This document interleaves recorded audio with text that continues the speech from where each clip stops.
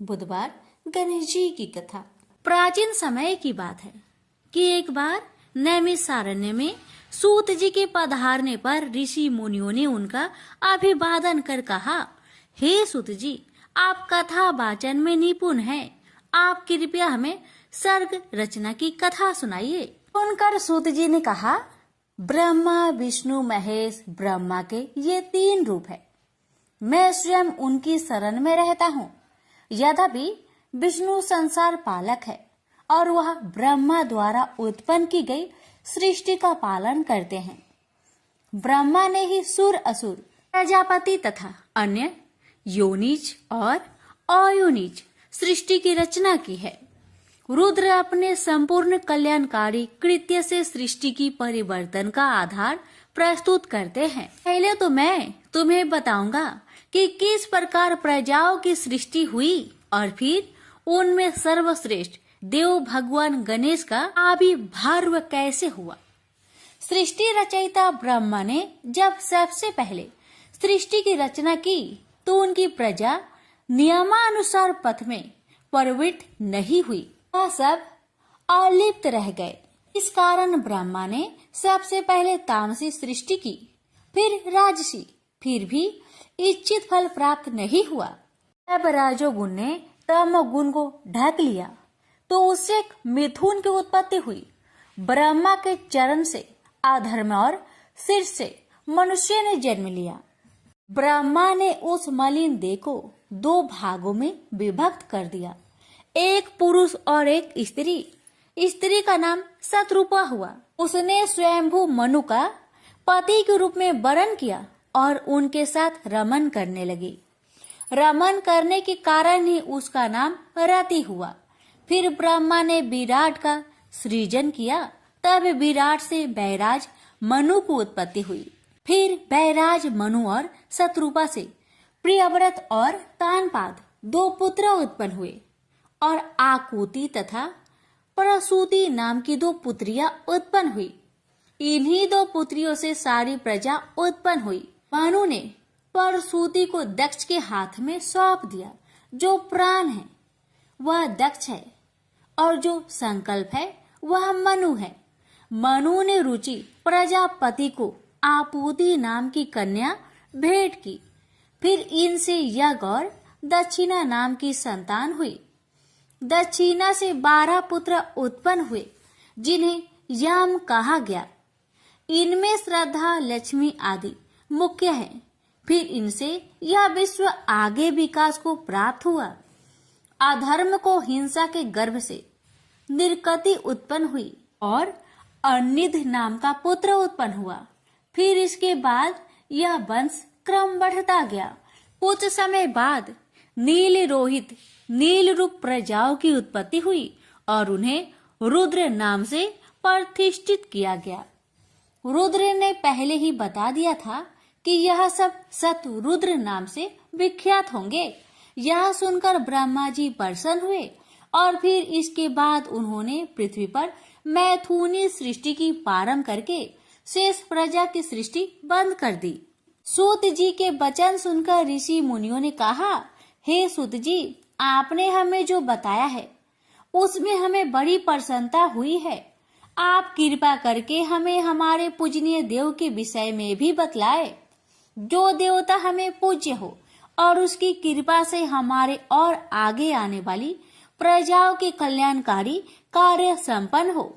ऋषियों की बात सुनकर सूत जी ने कहा कि ऐसे देव जो केवल एक ही हैं और वह है महादेव और पार्वती के पुत्र श्री गणेश। गणेश जी का नाम सुनते ही ऋषि मुनि बहुत प्रसन्न हुए और उन्होंने सूत जी से निवेदन किया कि आप हमें गणेश जी के विषय में विस्तार से बतलाइए, क्योंकि अभी तक आपने जो कुछ भी बताया है उससे पता चलता है कि गिरिजासुत गणेश जी के जन्म के विषय में अनेक कथाएं प्रचलित है। ऋषियों की बात को सुनकर सूत जी अपने आसन पर बहुत ध्यान पूर्वक बैठ गए। क्षण भर उन्होंने कुछ सोचा और फिर कहना प्रारंभ किया, नमस्तस्मै गणेशाय ब्रह्म विद्या प्रदायिने यस्याय गस्ताय नाश विघ्न सागर शोषणे। गणेश जी देवों में श्रेष्ठ देव है। जो भी कार्य उनको नमन करके प्रारंभ किया जाता है वह अवश्य सफल होता है। सूत जी ने आगे बताया, जो ऋषि मुनि मनुष्य पृथ्वी के वासी गणेशाय नमः का पाठ करके अपना कार्य प्रारंभ करते हैं उन्हें निश्चित ही अपने कार्य में सफलता मिलती है। तब मुनियों ने सूत जी से कहा, पहले तो आप कृपा करके हमें भिन्न रूपों से गणेश जी के जन्मों का वृत्तांत सुनाइए। वे तो महाप्रभु है, उनके जन्म की विभिन्न पुराणों में अलग अलग रूपों में वर्णित किया गया है। और हे सूत जी, हम सृष्टि की आदि व्यवस्था के विषय में भी आपसे जानना चाहते हैं। सूत जी ने मुनियों की जिज्ञासा जानकर कहा, पहले मैं आपको शिव जी और गणेश जी के चरित्र वर्णन से लाभ देकर यह बताऊंगा कि ब्रह्मा विष्णु और महेश भगवान रुद्र के अंग से ही रचे गए हैं। ऋषिगण बोले, कृपया यह बतलाइए कि शिव और गणेश का सर्वश्रेष्ठ रूप व चरित्र क्या है। शिव जी के पुत्र को कैसे प्रसन्न किया जा सकता है। जैसा कि आपने कहा, ब्रह्मा विष्णु और महेश भगवान रुद्र के अंग से उत्पन्न हुए, पर फिर भी महेश के पूर्णास के रूप में माने जाते हैं। सूत जी बोले, एक बार नारद जी ने भी ब्रह्मा जी से ऐसा ही प्रश्न किया था। ब्रह्मा जी ने संसार की रचना, उत्पत्ति और स्वरूप का वर्णन नारद जी से इस प्रकार किया। सृष्टि की प्रारंभिक अवस्था में जब प्रलय हुए और उस विनाश काल में स्थावर, जंगम, सूर्य, ग्रह, तारे आदि सब नष्ट हो गए तो केवल एक सद ब्रह्मा ही शेष बचे थे। उस अंधकार के साम्राज्य में सद ब्रह्मा ही मन, वाणी और इंद्रियों के ज्ञान के प्रकाश से भरे हुए थे, जो योग द्वारा ध्यान मग्न थे। वे नाम रूप वर्ण सत असत और अन्य कर्मों से परे थे। ब्रह्मा जी ने नारद से कहा कि प्रलय काल के बाद सत्य ज्ञान परम तत्व वह अनंत रूप ही शिव का लिंग उस सद ब्रह्मा स्वरूप में बचा रहा। इस रूप को ही भक्त व ज्ञानी ईश्वर या भगवान के नाम से पूजते हैं। यह शिव का महान रूप ही परमेश्वर कहलाया। ये शिव ही अपने से अनस्वर शक्ति उत्पन्न करता है। परमेश्वर के इसी स्वरूप का नाम प्रकृति, माया और निर्विकार बुद्धि से जाना जाता है। प्रकृति की शक्ति रूपा अंबिका त्रिदेव जननी नित्य तथा मूल प्रकृति कहलाती है। प्रकृति देवी है, वही परमेश्वरी कहलाई। बाद में प्रकृति के अंबिका रूप में 8 भुजाएं और विचित्र मुख प्रकट हुए। संसारिक माया के संयोग से यह अन्य अनेक रूपों में बदल गई। उस पर ब्रह्मा रूप शिव के माथे पर चंद्रमा और सिर पर गंगा सुशोभित होती है। उनके 3 नेत्र, 5 मुख और 10 भुजाएं हैं, जो उनके विचित्र और शक्तिमयी पावन रूप के द्योतक है। इन्होंने हाथ में त्रिशूल ले रखा है।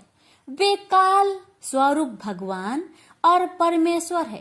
काशी क्षेत्र शिव ने ही अपने शिव रूप में स्थापित किया है, जहाँ सदा शिव और पार्वती दोनों निवास करते हैं।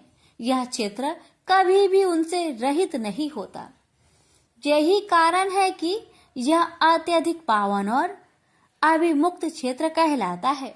ब्रह्मा जी ने नारद जी से कहा कि शिव जी की इच्छा थी कि वे सृष्टि की रचना करें, पर उन्होंने इसका दायित्व अपने ऊपर नहीं लिया। अपने दक्षिण भाग के 10 मान से एक पुरुष का आविर्भाव किया।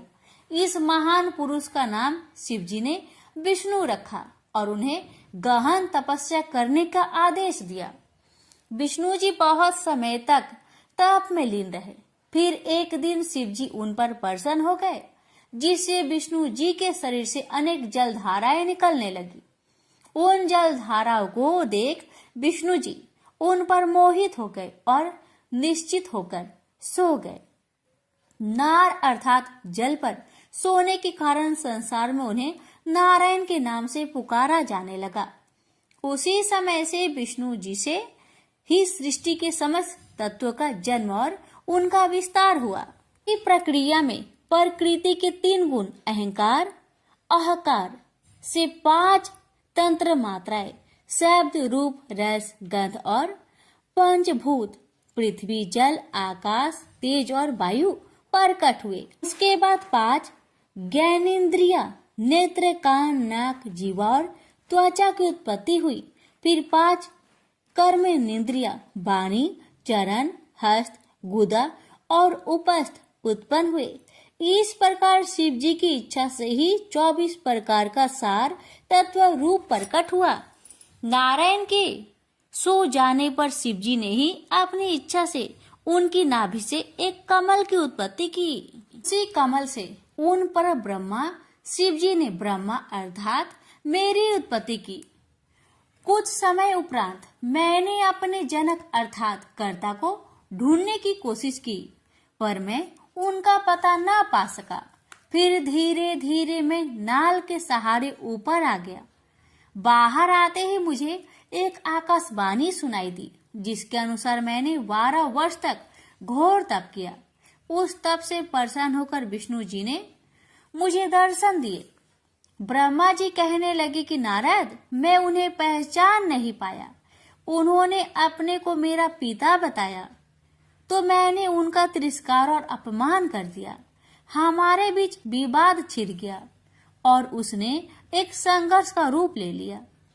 उसी समय हम दोनों के बीच सहसा अस्थम रूप में एक लिंग प्रकट हुआ और हम दोनों ने युद्ध बंद करके उनसे उनका परिचय देने की प्रार्थना की। उस समय हमने ओम की गंभीर ध्वनि सुनी तथा शिवलिंग को विष्णु जी ने एक विशेष रूप में देखा। शिव जी ने अपना परिचय दिया। शिव जी के दक्षिण भाग में आकार, उत्तर भाग में उकार और मध्य भाग में मकार को देखा। सत्य आनंद रूप पर ब्रह्मा ही ओम के रूप में दिखाई दे रहा था।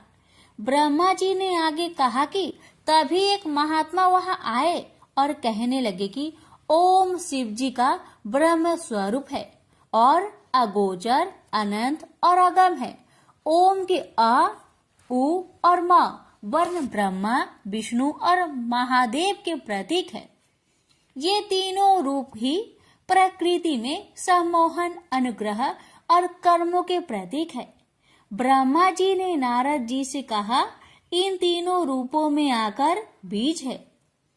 उकार कारण रूपी योनि है और मकार बीजी है। महेश्वर की इच्छा से बीजी बीज योनि में गिरकर चारों दिशाओं में विकसित होने लगा। उससे एक स्वर्ण रूप अंड उत्पन्न हुआ और वह अनेक वर्षों तक जल में स्थित रहा। बाद में इसके 2 भाग हो गए। ऊपर के भाग से स्वर्गलोक की उत्पत्ति तथा निचले भाग से भूलोक प्रकट हुए। उस अंड से ही शिव जी की आविर्भाव हुआ है। ब्रह्मा शिव जी के ही तीनों रूपों ब्रह्मा, विष्णु और महेश के स्वरूप है। मैंने और विष्णु जी ने वेद मंत्रों से उनकी स्तुति और भक्ति की। शिव जी अपना दिव्य रूप कांतिमय 10 भुजा और 5 मुख लेकर सामने प्रकट हुए। उन्हें देखकर हमें बड़ा संतोष मिला। शिव जी की कृपा से ही 48 अक्षरों वाला गायत्री मंत्र, शिव मंत्र, मृत्युंजय मंत्र, चिंतामणि मंत्र तथा दक्षिण मूर्ति मंत्र उत्पन्न हुए। मैं और मेरे कर्ता विष्णु उनकी स्तुति में संलग्न हो गए। ब्रह्मा जी ने इस प्रकार नारद जी से शिव के दिव्य व महान रूप की चर्चा की। विष्णु जी की भक्ति और स्तुति से भगवान शंकर बहुत प्रसन्न हुए। तभी विष्णु जी ने उनसे पूछा कि आप किस प्रकार प्रसन्न होते हैं और आपका दिव्य रूप और चरित्र क्या है? कृपया अनुग्रह करके आपका सारा विवरण मुझे सुनाइए।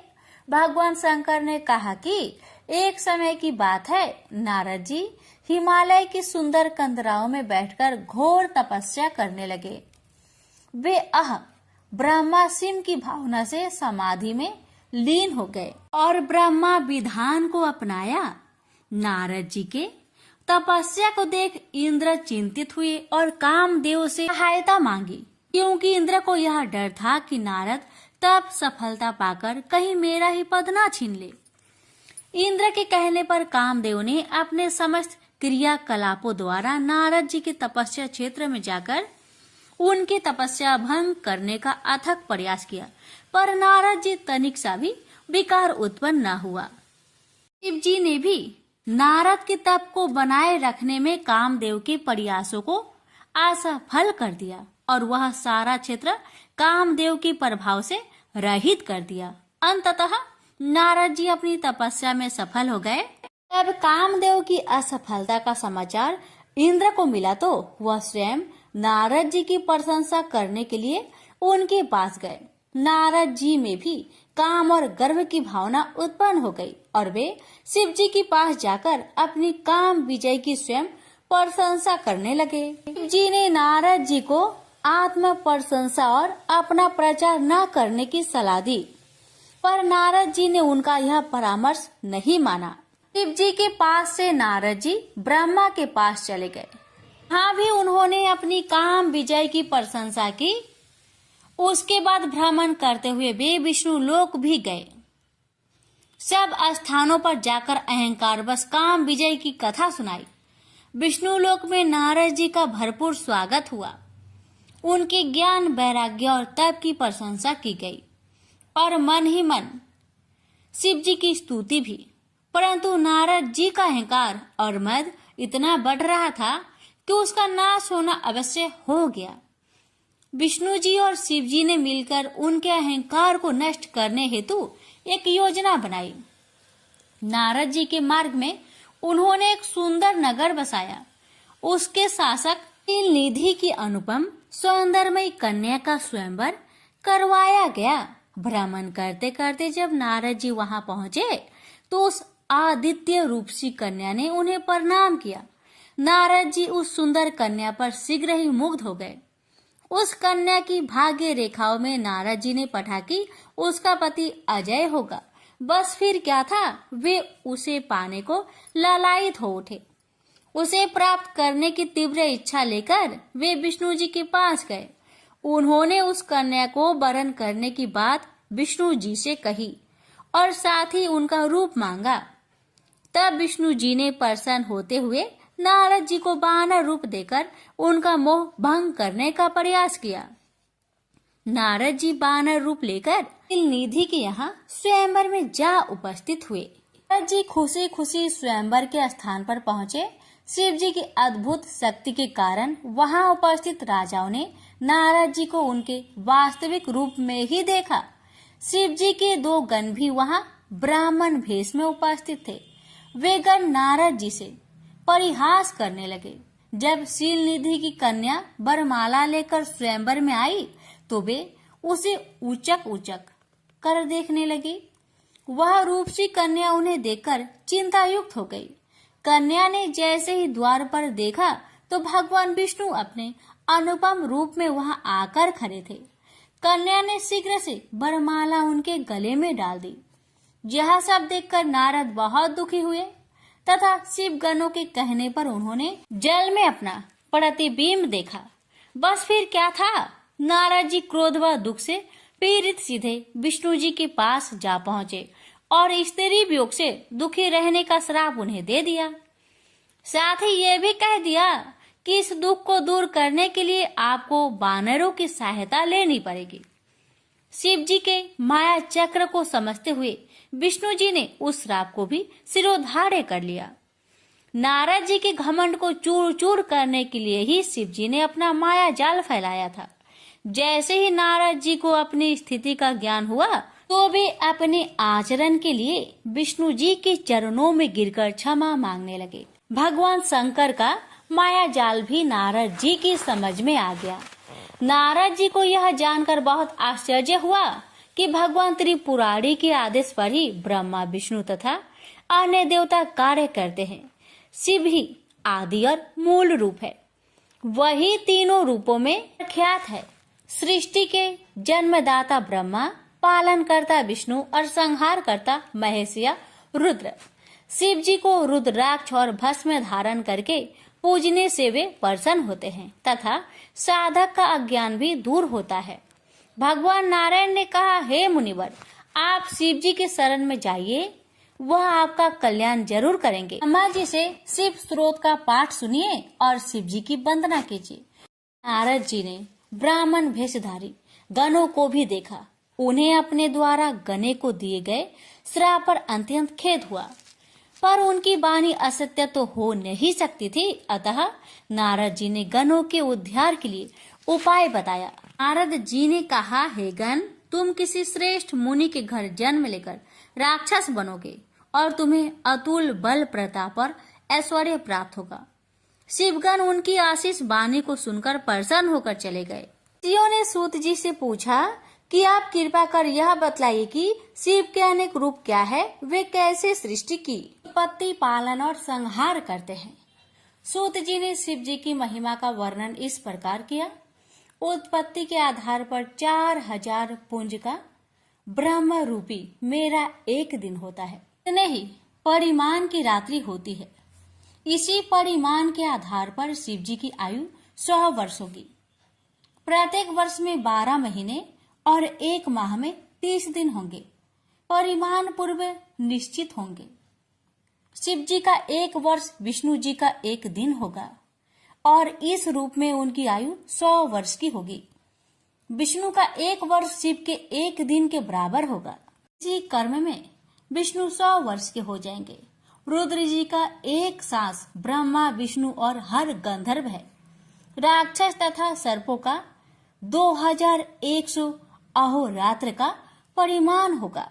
रुद्र जी के श्वास लेने से 1 पल व्यतीत होता है और इस प्रकार 60 पलों की 1 घड़ी और 60 घड़ियों का रुद्र का 1 दिन होगा।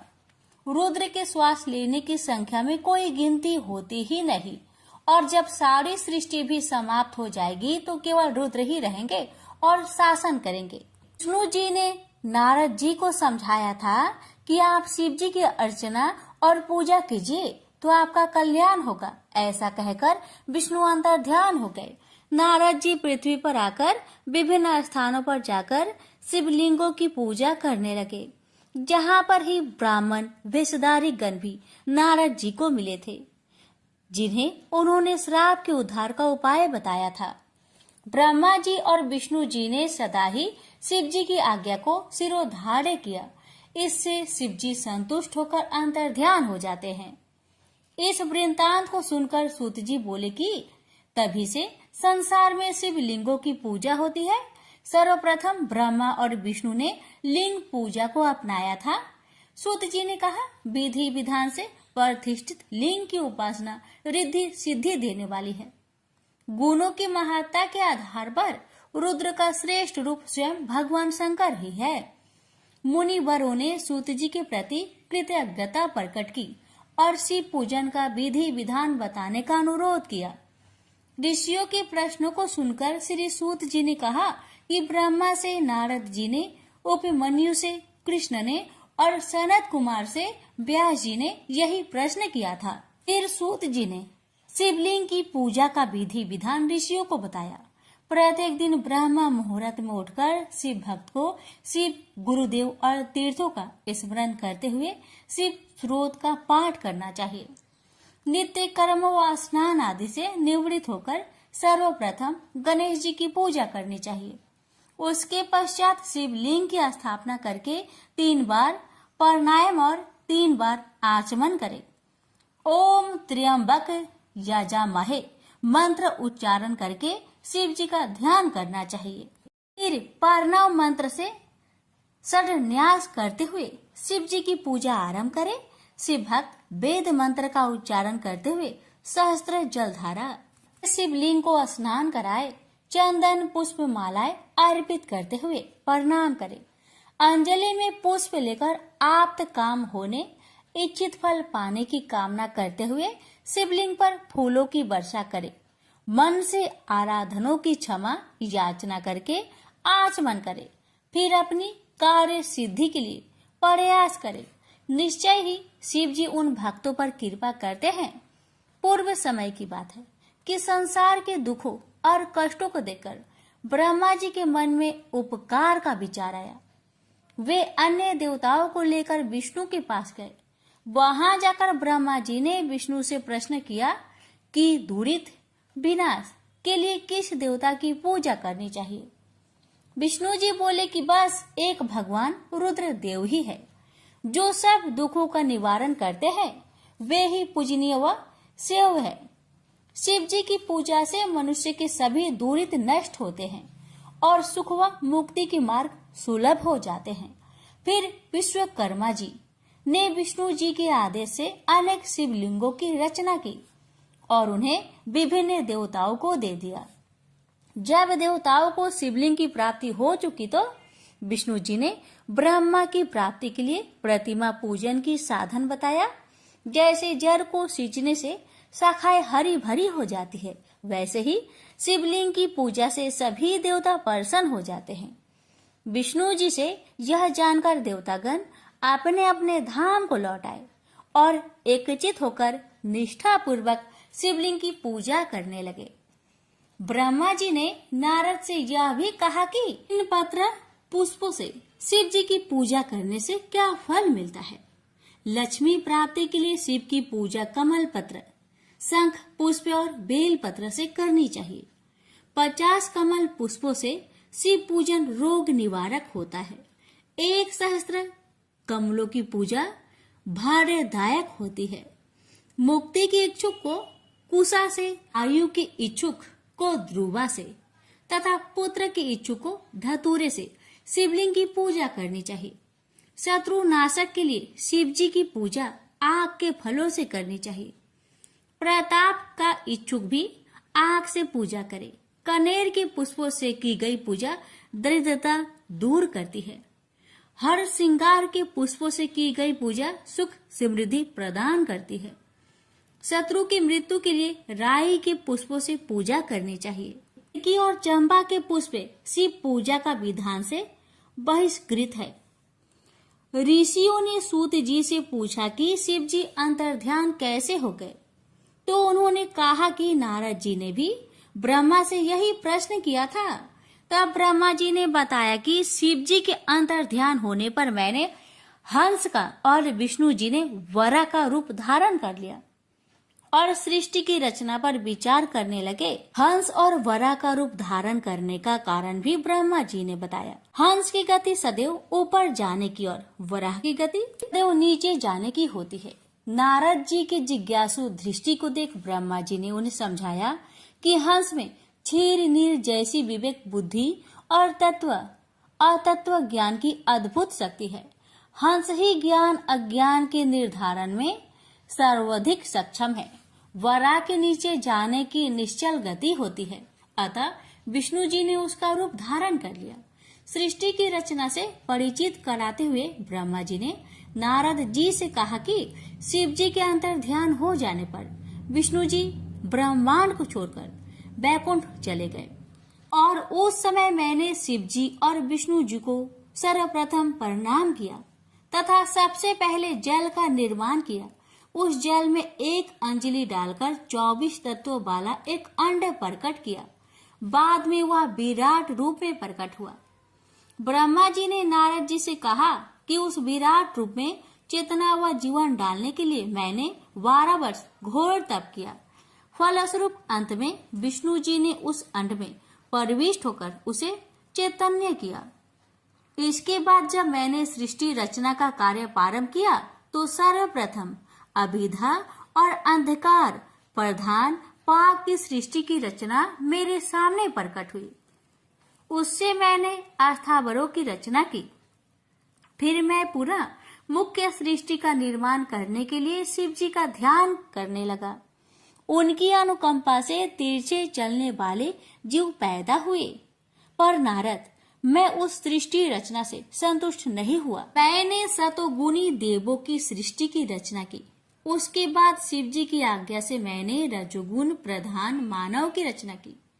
इस प्रकार तामसी अस्थावर देव और मानव सृष्टि का निर्माण हो जाने के बाद मैंने अनेक सर्गों की रचना करने का विचार किया। सर्गों की रचना में 3 सर्ग उत्पन्न हुए। पहला महत् सर्ग, दूसरा सूक्ष्म भौतिक सर्ग तथा तीसरा वैचारिक सर्ग। वैचारिक सर्ग से प्राकृतिक सृष्टि उत्पन्न हुई। इस प्राकृतिक में विकार उत्पन्न हो जाने पर अवर्णीय कुमार सर्ग की उत्पत्ति हुई। निजात्मक सर्ग की अस्तित्व में आने पर मानस पुत्र और सनकादि उत्पन्न हुए। सनकादि को वैराग्य भावना थी, अतः उन्होंने सृष्टि रचना के मेरे आदेश की अवज्ञा की। उनके व्यवहार पर मुझे अत्यधिक क्रोध आया और उसके कारण मेरे नेत्र से आंसू भी आने लगे। मेरी दुखित अवस्था को देखकर भगवान विष्णु प्रकट हुए और मुझे सांत्वना दी। उन्होंने कहा कि मैं भगवान शिव की आराधना करूं। मेरे शिव ध्यान से भगवान शंकर प्रसन्न हुए। वे अर्धनारीश्वर नीलोहित शिव रूप में प्रकट हुए और मेरी प्रार्थना पर उन्होंने अपने अनुकूल रुद्र की स्थापना की। मैंने शिव जी से प्रार्थना की कि ऐसे मानवीय सृष्टि की रचना करे जो मरना धर्मा हो, पर महादेव इस कार्य को करने को तैयार न हुए। उन्होंने दुख सागर में निमग्न होने वाली और शुभ न लगने वाली सृष्टि की रचना न करने इच्छा प्रकट की। शिव जी ने कहा कि मैं शरणागत का उद्धार करता हूँ और उसे तत्व ज्ञान कराता हूँ, इसलिए मैं सुख दुखमयी प्रजा की सृष्टि नहीं करूँगा। ऐसे सृष्टि का कार्यभार आप ही संभाले। हाँ, मायावी बाधा तुम्हें इस कार्य में उपस्थित नहीं होगी। ऐसा कहकर शिव जी तो अंतर्ध्यान हो गए और मैंने अपने कार्य सृष्टि रचना को करते रहने का विचार बना लिया। मैंने पंचभूतों के वशीकरण के द्वारा पृथ्वी, जल, वायु, आकाश, पर्वत, समुद्र, वृक्ष आदि का काला आदि से युक्त युग व पलों की सृष्टि की। हे नारद, इस पर भी मैं संतुष्ट न हुआ। फिर मैंने पुनः शिव जी का ध्यान किया। इस बार मैंने अंबिका सहित शिव जी की स्तुति की, इसलिए उसके बाद मुझे जो शक्ति प्राप्त हुई उससे मैं संतुष्ट हुआ।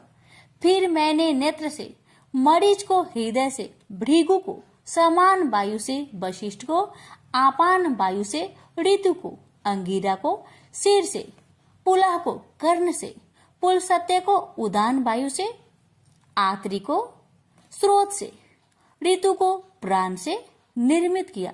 हे नारद, अपनी छाया से तुम्हें और कदर्म को बनाया। सब साधनों के आधार भूत धर्म को अपने संकल्प से जन्म दिया। फिर मैंने परम संतोष का अनुभव किया। सृष्टि रचना के इसी क्रम से मैंने स्वयं को दो रूपों में विभक्त किया, एक पुरुष और एक नारी। पुरुष का रूप मनु और स्त्री का रूप शतरूपा था। उन स्त्री व पुरुष से मैंने मैथुनी सृष्टि उत्पन्न की। उन दोनों से दो पुत्र प्रियव्रत व उत्तानपद तथा तीन पुत्रियां आकृति, देवहूति व प्रस्तुति उत्पन्न हुई। आकृति को रुचि ने ग्रहण किया, देवहूति को कदर्म ने और दक्ष प्रजापति ने प्रस्तुति को ले लिया। इन सब संतानों से चर अचर संसार भर गया। जगत में इस प्रकार मेरे ही सब रूप फैल गए। आकृति से दो संतान उत्पन्न हुई, दक्षिण और यज्ञ। फिर यज्ञ ने दक्षिण के 12 पुत्र को जन्म दिया। देवहूति से भी अनेक संतानें उत्पन्न हुई। दक्ष ने 24 कन्याओं को जन्म दिया, जिनमें श्रद्धा, लक्ष्मी, धृति, पुष्टि, मेधा, क्रिया, बुद्धि, लज्जा, वायु, शांति, सिद्धि और कृति, इनको उन्होंने यमराज को दे दिया। इस अन्य पुत्रियां पिता को सौंप दी, जिनके नाम ख्याति, स्मृति, प्रति, क्षमा, संतति, अनुरूपा, स्वाहा, स्वाधा, भृगु, भव, मरीच, अंगिरा, पुलसत्य, ऋतु, अत्रि, वशिष्ठ, बन्य आदि थे। इन सब की उत्पत्ति के बाद तो शिव जी की ऐसी कृपा हुई कि सृष्टि में असंख्य जीव व जातियां उत्पन्न हुई, जिनमें ब्राह्मण की सर्वोत्कृष्ट जाति है। ब्रह्मा जी ने नारद जी को शिव के और भी रूपों का वर्णन करते हुए कहा कि निर्गुण भगवान शिव का बाया अंग विष्णु है। मैं ब्रह्मा उनका स्वयं अंग हूँ और उनका हृदय रुद्र है। इसी क्रम से 3 गुण सत्व, रज और तम की स्थिति जानी जाती है। शिव की ही सतुगुनी माया का रूप सती, रजोगुनी माया का रूप सरस्वती और तमोगुनी माया का रूप लक्ष्मी है। सती का विवाह शिव जी के साथ हुआ। सती ने अपने पिता दक्ष के यहाँ स्वयंवर में शिव जी का स्थान न देखकर अपने प्राण त्याग दिए थे।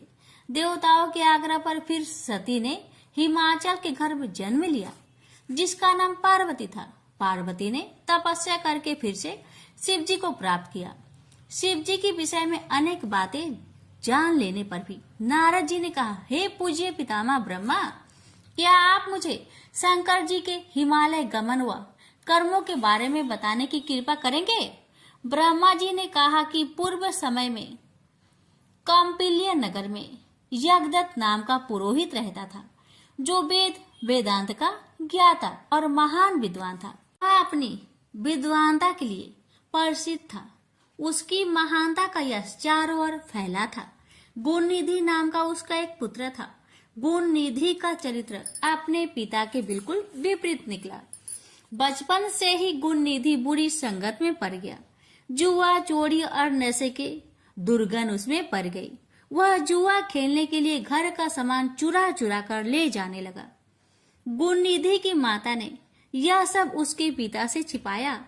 जब भी यज्ञदत्त अपने पुत्र के विषय में कोई बात पूछता अथवा कहता तो वह कह देते कि गुणनिधि देव पूजन, विद्या अध्ययन और सत्कर्मों में लगा है। गुणनिधि की वयस्क होने पर उसका विवाह हुआ, पर माता के बार बार समझाने पर भी उसने अपने दुष्कर्म नहीं छोड़े। वह और अधिक जुआ व मदिरापान करने लगा। माता ने कहा, पुत्र, यदि राजा को तुम्हारे दुष्कर्म का पता चल गया तो वे तुम्हारे पिता को आजीविका से निकाल देंगे, जिसके कारण तुम्हारे पिता को आध्यात्मिक दुख व कष्ट होगा। लेकिन पुत्र ने माता का कहना भी नहीं माना। जब भी यज्ञदत्त ने पुत्र के विषय में जानकारी लेनी चाहिए, माता बहाने बनाकर बात टाल देती। प्रतिदिन वह घर के आभूषण बेचकर जुआ खेलता रहता। माँ सिर पीट लेती। काश मैंने उनसे कुछ न छिपाया होता। एक दिन यज्ञदत्त ने अपने एक मूल्यवान अंगूठी एक जुआरी के हाथ में देखी। पूछने पर जुआरी ने गुणनिधि का सारा भेद खोल दिया। इससे पिता को अत्यधिक शोभ व खेद हुआ। पिता ने घर आकर पत्नी से उसी अंगूठी की मांग की। पत्नी तरह तरह के बहाने बनाने लगी। यज्ञदत्त ने पत्नी को डांटा और बुरा भला कहा। कि यज्ञदत्त ने कहा कि इससे तो मैं पुत्रहीन होता तो भला था। अपने पिता के विवशता भरे आंसू देखकर गुणनिधि को बड़ी लज्जा आई और वह चिंता से भर गया। इसी गलानी में वह घर छोड़कर कहीं चला गया। भूखा प्यासा अपने किए पर पश्चाताप करने लगा। घूमते घूमते वह एक नगर पहुंचा। शिवरात्रि का दिन था। शिव भक्त शिवालय की ओर जा रहे थे। गुणनिधि भी उनका पीछा करते करते शिवालय पहुंचा। शिव भक्त पत्र, पुष्प और मीठे भोजन से भगवान शंकर की पूजा अर्चना करने लगे। गुणनिधि छिपा छिपा सब देख रहा था। वह भूख व प्यास से व्याकुल था, अतः सुगंधित भोजन ने उसे आकर्षित किया। जब शिव भक्त नित्य गायन आदि समाप्त करके सो गए तो गुणनिधि ने अपने दुपट्टे की रस्सी बनाई और दीपक में जलाकर शिव जी के लिए निर्मित वस्तुओं को लेकर भागने की चेष्टा की। अभी उसका पैर एक शिव भक्त से जा टकराया। वह चिल्ला उठा, चोर चोर, पकड़ो पकड़ो। इसी पकड़ ढकर में गुणनिधि की मृत्यु हो गई। यमराज के यमदूत उसे पकड़ने आए तो शिवगणों ने उन्हें गुणनिधि को ले जाने से रोका और उसे शिवलोक ले जाने लगे। यमदूतों व गणों में काफी विवाद हुआ। गुणनिधि के पाप कर्मों से यमदूतों ने शिवगणों को अवगत कराया, परंतु शिवगणों ने कहा कि इसने श्रद्धा पूर्वक शिव पूजन देखा है, कीर्तन भजन सुना है, अपने दुपट्टे से दीपदान किया है, अतः इसके पाप कर्म समाप्त हो गए। यमदूतों ने अपनी पराजय स्वीकार कर ली। यमदूत धर्मराज के पास गए और समूचा वृत्तांत उन्हें कह सुनाया। धर्मराज भी कहने लगे कि मैं अपनी सब आज्ञाओं का उल्लंघन सहन कर सकता हूँ, पर विभूतिधारी, रुद्राक्षधारी, त्रिपुंडधारी शिव में आसक्त रखने वाले व्यक्ति को कभी भूलकर भी यहाँ न लाना। जो शिव जी में आस्था रखता है उसे सदा शिवलोक में भेजने की मेरी अस्थायी आज्ञा है। शिवलोक में पहुंचकर काफी समय तक गुणनिधि सुख भोगता रहा। उसके बाद कलिंग नरेश आदि रम के घर दम नामक पुत्र के रूप में उत्पन्न हुआ। वह बालपन से ही शिव जी की आराधना करने लगा। वह इतना पक्का शिव भक्त हुआ कि पिता की मृत्यु के बाद दम यानी गुणनिधि ने देवालय में दीपदान का राजकीय आदेश दे दिया। मृत्यु के उपरांत वही दम शिव जी की कृपा से अलका देश का शासक बना, जो पिछले जन्मों में गुणनिधि था। अलका प्रदेश का राजा बनने के बाद गुणनिधि निरंतर शिव जी की आराधना में लीन रहने लगा। उसने 12,000 वर्षों तक तप करके शिव जी को ऐसे प्रसन्न किया कि वे उसे देवी अंबिका सहित वरदान देने अलकापुरी आए। तब भगवान शिव ने ध्यान मग्न अपने भक्त गुणनिधि को आंखें खोलने के लिए कहा।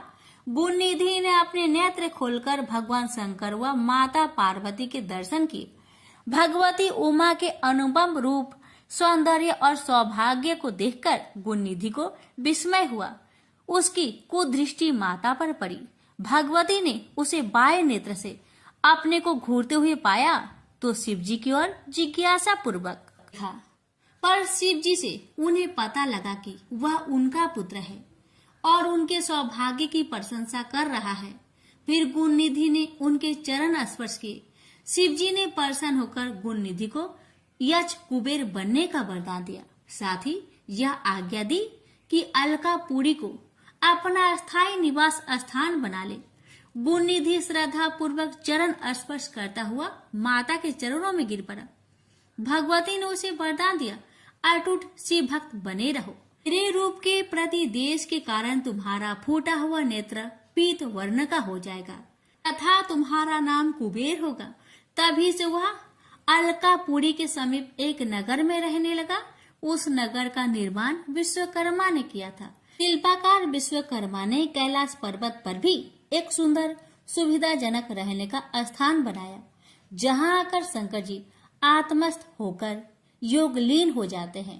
अपने गणों से यहाँ बैठकर विभिन्न विषयों पर चर्चा करते हैं, यहीं से अनेक लीलाएं और माया का निर्माण करते हैं। इस प्रकार हे नारद, शिव जी कैलाश पर्वत पर रहकर अनेक प्रकार के कर्मों में लीन रहते हैं।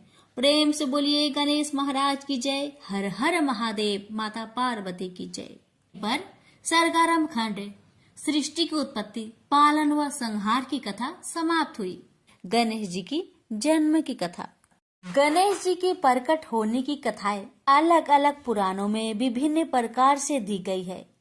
इनके प्रकट होने का कथाओं में समानता का अभाव है।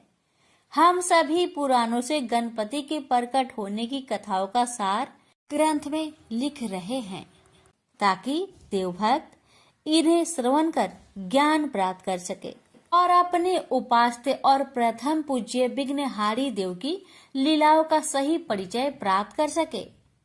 पद्म पुराण के सृष्टि खंड अर्थात रचना विभाग में गजवदन के उत्पन्न होने की सुंदर, मनमोहक, मंगलमयी और कल्याणकारी कथा इस प्रकार वर्णित है।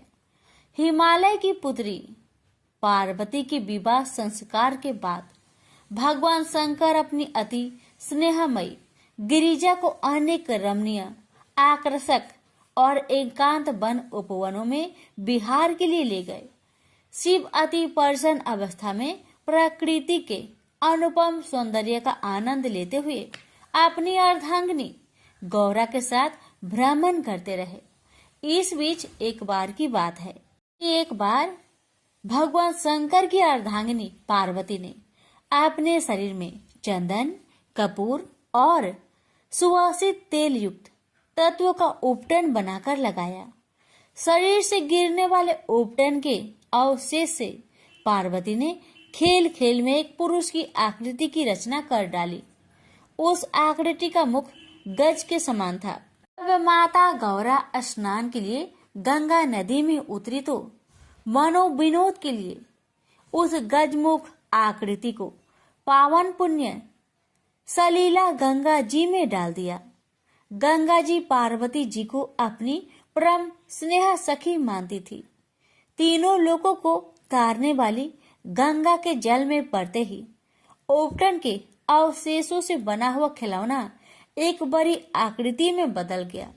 शंकर के साथ शोभ्यमान होने वाली माता पार्वती ने गजमुख वाली उस रचना को अपना पुत्र कहकर पुकारा। गंगा जी ने भी सहेली के पुत्र को अपना पुत्र मान लिया। देवगण अर्थात देवताओं ने उसे गंगा का पुत्र कहकर आदर सम्मान दिया और गंगा की भांति आराध्य व पूजनीय मान लिया। संसार की सभी कलाओं को उत्पन्न करने वाले ब्रह्मा जी ने उन्हें गणों का स्वामी बना दिया। इस प्रकार सभी देवता गज वदन अर्थात गणपति की पूजा करने लगे। देवगणों के स्वामी नायक और आराध्य गणेश की पूजा कालांतर में मनुष्य समाज में भी प्रारंभ हो गई। लिंग पुराण के प्रारंभ में गणपति के प्रकट होने की कथा पद्म पुराण से थोड़ी भिन्न है। एक बार की बात है कि सभी देवताओं ने मिलकर एक सभा आयोजित की। उस सभा में यह विचार रखा गया कि असुर सदा ही देवताओं को सताते व युद्ध करते रहते हैं। क्या ही अच्छा हो कि हमारे साथ कोई ऐसा बढ़िया शक्ति लग जाए जिससे देवता असुरों को पराजित कर सके। शिव जी असुरों का पक्ष लेते हैं और उनकी आराधना से शीघ्र ही प्रसन्न हो जाते हैं। उनके वरदान से असुर देवताओं को युद्ध में पराजित कर देते हैं। देवताओं ने सोचा कि जब शिव स्वयं देवता हैं, तो हम भी क्यों ना उस अत्यंत विध्वंसकारी बैल की सवारी करने वाले और 4 मुख वाले देवता की आराधना करके मनोवांछित फल प्राप्त करें। जब शंकर जी असुरों की प्रार्थना को शीघ्र व सहर्ष स्वीकार कर उन्हें मोनो अनुकूल वर देते हैं, तो क्या देवताओं को नहीं देंगे। इन शक्तिशाली दैत्यों के कारण देवताओं को अनेक कष्टों का सामना करना पड़ता था। देवता कहने लगे कि हम सभी अपनी विजय और असुरों के कार्य को खंडित करने की शक्ति प्राप्त करने के लिए तुरंत सुख व संतोष देने वाले भगवान आशुतोष शिव की पूजा अर्चना करें। यह विचार विमर्श करके देव समुदाय पार्वती के स्वामी शिव के पास जाकर उनकी स्तुति और पूजा करने लगे। अत्यंत शीघ्र प्रसन्न होने वाले भोले शंकर उनकी प्रार्थना से बेहद प्रसन्न हुए और देवताओं से बोले कि हे देवगण, आप कोई भी इच्छित वर मांग सकते हैं, मैं आप पर अत्यधिक प्रसन्न हूँ। तब ज्ञान के भंडार और गुरुओं में श्रेष्ठ बृहस्पति ने भी देवताओं के लिए भगवान शिव से निवेदन किया कि हे कृपालु प्रभु, देवताओं के शत्रु असुरों की पूजा से प्रसन्न होकर आप उन्हें उनकी इच्छा के अनुसार वर देते हैं, जिससे वे समर्थवान होकर देवताओं को सताते व कष्ट देते रहते हैं। हम सब देवगण उन असुर शक्तियों और दानवों के कार्य में बाधा डाल सके, ऐसा वर आप हमें प्रदान करें। परम संतोषी विशाल व उदार हृदय वाले भगवान आशुतोष अर्थात शिव ने तथास्तु कहा और सूर समूह को आश्वस्त किया और उनकी मनोकामना पूर्ण की। देवताओं द्वारा भगवान शिव की आराधना करने के कुछ वर्षों के उपरांत गणेश जी के प्रकट होने की कथा इस प्रकार से है। अब लोकों के ईश्वर स्वामी शिव जी की पत्नी पार्वती के सामने एक विशालकाय रूप प्रकट हुआ, जो ब्रह्म स्वरूप और सभी अंगों से सबसे बड़ा था, जिसे श्री गणेश के नाम से पुकारा गया। उस महान तेजस्वी दीर्घ बलिष्ठ और प्रतापी बालक का मुख हाथी जैसा था। उस बालक के एक हाथ में त्रिशूल और दूसरे हाथ में पास था। सब विघ्न बाधाओं का नाश करने वाले इस अवतार का धरती पर जन्म होते ही देवताओं में हर्ष की लहर दौड़ गई। खुशी के मारे सूर्य देवलोक से गजानन पर फूलों की वर्षा करने लगे और बार बार उनके चरणों में प्रणाम करते और प्रसन्नचित हो जाते थे। तीनों लोगों का कल्याण करने वाली हिमालय की पुत्री करुणा व दया की मूर्ति गौरा ने गजानन को अपना पुत्र मान लिया और उन्होंने अपने प्रिय पुत्र को बड़े सुंदर, आकर्षक और विचित्र आभूषण व वस्त्र आदि पहनाए। देवताओं में भी देवतुल्य भगवान शंकर ने अपने प्राण प्रिय पुत्र के लिए अन्य धार्मिक और जात कर्म संस्कार करवाए। महादेव ने अपने पुत्र गणेश से कहा कि पुत्र, तुम्हारा जन्म देवताओं की रक्षा के लिए हुआ है। तुम्हें दैत्यों का नाश करना है। ब्राह्मणों और ब्रह्मा को मानने वाले संतों के उपकार व भलाई के लिए तुमने अवतार लिया है। यदि धरती पर कोई दक्षिणा रहित यज्ञ हवन पूजन करे तो खुद जाकर उस कार्य के मार्ग में रुकावट यानी विघ्न उपस्थित करो, क्योंकि धर्म कार्य पूर्ण विधि पूर्वक होना चाहिए। दक्षिणाहीन यज्ञ करने वाले यज्ञकर्ता के कार्य में विघ्न डालकर उसे स्वर्ग न जाने दो। आगे भगवान शंकर कहने लगे कि जो भी संसार में गलत ढंग से या अन्यायपूर्ण कार्य करता है, तुम उसके प्राणों का नाश करो। जो गलत तरीके से अध्ययन, अध्यापन, व्याख्यान या अन्य धार्मिक कार्य करता है, गणेश, तुम उसके प्राणों का हरण करते रहो। जो व्यक्ति या स्त्री पुरुष वर्ण, धर्म और जाति के प्रति कर्तव्य पालन व धर्म पालन में निष्ठा न रखते हो और स्वधर्म से विमुख होकर चले, तुम उनके प्राणों का हरण करते रहो। हे शिव पुत्र गजानन, जो स्त्रियां नित्य प्रति तुम्हारी विधि पूर्वक पूजा अर्चना करे, उन्हें अपनी सम्मता प्रदान करो। हे मानवों से श्रेष्ठ गणपति, तुम अपने भक्तों की सदा रक्षा करो। इस लोक और परलोक में अपने भक्तों की रक्षा करना तुम्हारा धर्म है।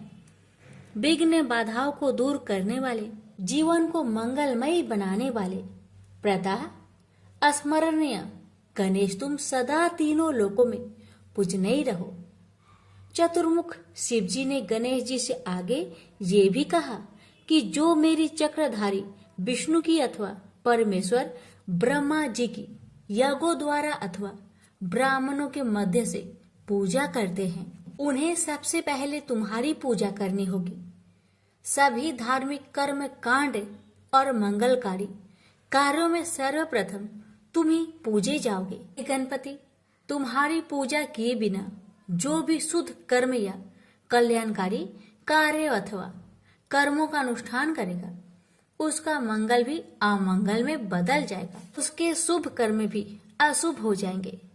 वर्ण व्यवस्था में कथिक चारों जातियों ब्राह्मण, क्षत्रिय, वैश्य और शूद्र द्वारा भी सभी कार्यों की सिद्धि के लिए सर्वप्रथम तुम ही पूजे जाओगे। यह तुम्हारे लिए मेरा अटल आशीर्वाद है। भगवान गजानन की पूजा विधि का वर्णन करते हुए परमपिता शंकर ने कहा कि तीनों लोकों में मनुष्य देवता तुम्हारी पूजा किए बिना कुछ भी प्राप्त नहीं कर सकेंगे। चंदन, धूप, दीप, फल फूल और अक्षत आदि को उपहार स्वरूप चरणों में आशीर्वाद कर ही वे कुछ प्राप्त कर सकेंगे, अन्यथा नहीं।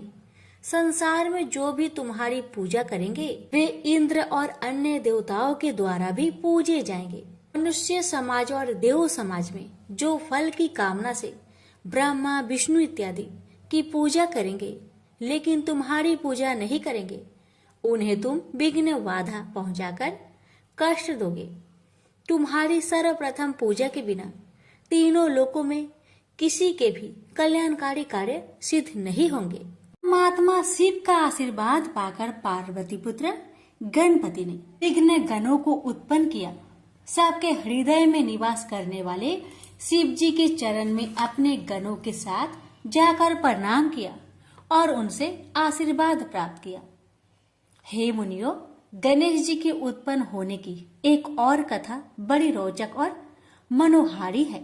एक समय की बात है कि देवी पार्वती अपने आराध्य स्वामी शंकर के साथ कैलाश पर्वत पर रह रहे थे। भगवती गिरिजा की दो प्रिय सखियां भी उनके साथ थी, जिनका नाम क्रमशः विजया और जया थे। नारायणी पार्वती एक दिन अपनी सखियों के साथ बैठी मनोविनोद में व्यस्त थी कि दोनों सखियां कहने लगी कि हे भगवती, सभी गण महेश्वर शिव जी के हैं, आपके नहीं। नंदी, भृंगी, अन्य सभी गण भगवान शंकर की सेवाओं के लिए तत्पर रहते हैं। तुरंत मनोकामना पूर्ण करने वाले भगवान आशुतोष अपने गणों की भक्ति और सेवा से अत्यधिक प्रसन्न हैं। वे गण अपनी अनन्य भक्ति सेवा के कारण ही द्वारपाल बने हुए हैं। यह बात ठीक है कि वे गण हमारे भी सेवक है, पर फिर भी हमारी इच्छा है कि हमारे लिए भी आप एक गण बना दीजिए जो सदा हमारी आज्ञा अनुसार हमारी सेवा में उपस्थित रहे। एक दिन शिव जी की गण नंदी स्नानागार के द्वार पर खड़ा था और माँ गौरा स्नानगार में जल क्रीड़ा कर रही थी। पार्वती निश्चित होकर स्नान कर रही थी कि शत्रुओं के नाशक भगवान शंकर अपनी परम प्रिया पार्वती के पास जाने हेतु स्नानगार के द्वार पर पहुंचे। शिव जी के अनन्य उपासक नंदी ने कहा कि माँ पार्वती स्नान कर रही है, आप अंदर नहीं जा सकते। भूत प्रेत महात्माओं में भी पूजनीय भोले शंकर ने नंदी का कहना नहीं माना और अंदर चले गए। शिव प्रिया ने उस हाल में प्रभु शंकर को अपने इतना निकट देखा तो वे लज्जा और संकोच से अस्तमत खड़ी की खड़ी रह गई। वो बार बार यह सोचकर हैरान हो रही थी कि द्वार पर नंदी द्वारपाल बने खड़े हैं। उनके होते हुए त्रिलोकी के स्वामी मेरे आराध्य यहाँ कैसे पहुँच आए। उनके मन में शिव जी के गणों के प्रति जो भरोसा था उसमें उन्हें कुछ संदेह होने लगा। सोचने लगी कि ये तो केवल भगवान आशुतोष के ही सेवक है। बस फिर क्या था, उन्होंने तुरंत अपनी स्वर्णगुण संपन्न मनोविनोदिनी सखियों के हास प्रयास की बात याद आ गई। पार्वती जी सोचने लगी कि जया और विजया ठीक ही कहती थी कि ये गण तो केवल मेरे प्रभु शंकर जी की कृपा के कारण ही मेरे द्वारपाल बने हुए हैं। वे मन ही मन विचार करने लगी कि यदि मेरा कोई अपना गण होता तो क्या भगवान आशुतोष यूं यकायक स्नानगार में आ सकते थे। ये सच है कि शिव जी के गणों पर मेरा कोई अधिकार नहीं है। मुझे भी अपने पास एक ऐसा सेवक रखना है अक्षरश मेरे आदेश का पालन करे, जो हर प्रकार से गुणी और कार्य कुशल भी हो। इस प्रकार तीनों लोकों की ईश्वरीय देवी गिरिजा ने योग बल अर्थात शक्ति व सामर्थ्य से एक अनुपम गण की रचना कर डाली। वह गण सर्वगुण संपन्न था, सुडौल, विशाल, शोभायुक्त, परम बलशाली उसका शरीर था। माता पार्वती ने अपने उस गण को अनेक सुंदर और उत्तम वस्त्र व आभूषणों से सजाया और उसे पास बुलाकर कहने लगी कि आज से तुम मेरे पुत्र हो। तुम्हारे जितना प्यार, दुलारा और स्नेही मेरे लिए कोई और नहीं है। उस विशाल शरीरधारी, तेजस्वी, बुद्धिमान और बलवान पुरुष ने अपनी माता शिव प्रिया पार्वती के चरणों को छुआ और कहने लगे कि माता अंबिके, आपकी समस्त आज्ञाओं का मैं सदैव पालन करूंगा। आप अपनी इच्छा और आज्ञा बताकर मुझ पर कृपा करें। तब सभी देवियों में महान ईश्वरीय देवी भगवती ने खुश होकर अपने पुत्र से कहा कि हर प्रकार से तुम मेरे हो, बस आज से तुम मेरे द्वारपालक बन जाओ। मेरी अनुमति के बिना कोई भी मेरे घर में प्रवेश ना करे, चाहे वह कोई भी हो, कहीं से भी आया हो। इस प्रकार से उस नव निर्मित गण को माता पार्वती ने एक दंड दे द्वारपालक बनाकर द्वार पर खड़ा कर दिया। थोड़ी देर बाद गोरोचन व कपूर का तिलक धारण करने वाले पार्वती के प्रिय शिव जी वहां आ पहुंचे। ऐसे ही वे द्वार के अंदर जाने लगे कि गणराज ने पूछा, हे मान्यवर देव, आप कहाँ जाना चाहते हैं। माता पार्वती की आज्ञा के बिना आप भीतर नहीं जा सकते। इस समय जगत की माता भगवती स्नान कर रही है, अतः आप यहाँ से वापस लौट जाए। चंद्र के समान तिलकधारी और श्रेष्ठ शिव जी को अपनी प्रिया पार्वती के पुत्र के बारे में तनिक भी ज्ञान न था। चंद्रमौली शिव जी बोले, तुम्हें पता नहीं कि मैं शिव हूँ और जगत जननी गौरा का स्वामी हूँ। मैं स्वयं यहाँ उनसे मिलने आया हूँ। प्राण प्रिया शिवा के पुत्र गणराज ने कहा, आप चाहे जो भी हो, चाहे कहीं से भी आए हो, परंतु मैं बिना माता की आज्ञा के आपको अंदर नहीं जाने दूंगा। इस प्रकार मात्र भक्त वीर बालक गणराज ने महेश्वर शिव को ही मना कर दिया। रे ही विस्मित होकर पार्वती के प्राणों के स्वामी और प्रिया शिव ने कहा, मैं तो उसका पति हूँ और तू मुझे मेरे ही घर में जाने से रोक रहा है। मैं अवश्य भीतर प्रवेश करूंगा। ऐसा कहते हुए वे अंदर प्रवेश करने लगे। जगत माता पार्वती पुत्र ने उन्हें फिर से रोका। काम के शत्रु लीलाधारी शिव ने अपने गणों से पूछा कि यह कौन है जो मुझे मेरे ही घर में जाने से रोक रहा है। इतना कहकर शिव दूर जाकर खड़े हो गए। परमेश्वर शिव के सेवक गणों ने जगत जननी के पुत्र के पास जाकर पूछा, तुम कौन हो, कहाँ से आए हो, तुम्हारी क्या इच्छा है? यदि तुम हमारे स्वामी को अंदर प्रवेश नहीं करने दोगे तो तुम्हारे प्राणों की खैर नहीं। अच्छा हो कि तुम हमारा कहना मानकर तुरंत यहाँ से चले जाओ। तब पार्वती के पुत्र गणराज ने निडर होकर वृषभ ध्वज शिव जी के गणों से कहा, पहले तुम बताओ कि तुम कौन हो, तुम्हारा यहाँ आने का क्या तात्पर्य है, तुम क्या चाहते हो? व्यर्थ में मुझे धमकियां देने वाले तुम कौन हो? अपना भला चाहते हो तो यहाँ से चले जाओ। शिव जी के गणों ने कहा, हम भगवान भूतनाथ के गण और द्वारपालक है। भूतों को आनंद देने वाले स्वामी शिव जी की आज्ञा से हम तुम्हें यहाँ से हटाने आए हैं। तुम्हें भी द्वारपाल और गण समझकर अभी हमने तुम्हें कुछ नहीं कहा है। यदि अपना भला और कल्याण चाहते हो तो तुरंत यहाँ से चले जाओ, नहीं तो हम तुम्हें मार डालेंगे। व्यर्थ में ही तुम्हें अपने प्राणों से हाथ धोना पड़ेगा। तब गणेश जी ने शिव गणों को बतलाया, मैं तो माता पार्वती का सेवक और द्वारपालक हूँ।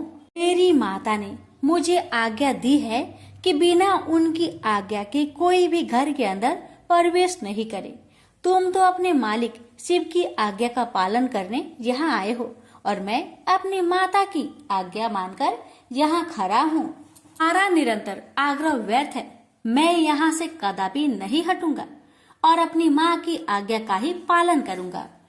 तब महान शिव जी के गणों ने अपने आराध्य शंकर से जाकर कहा, वह बालक अपने आप को माता पार्वती का पुत्र बताता है और द्वार से तनिक भी हटने को तैयार नहीं, यहाँ तक कि वह युद्ध करने को भी तत्पर है, मृत्यु का वरण करने को भी। कपूर, चंदन और गरोचन जैसे सुगंधित पदार्थ तिलक लगाने वाले महेश्वर शिव ने गुस्से से भरकर कहा, चाहे जो भी करो, उस बालक को द्वार पर से हटाओ। वह अकेला बालक तुम्हारा क्या बिगाड़ लेगा? यदि उससे युद्ध भी करना पड़े तो युद्ध करो।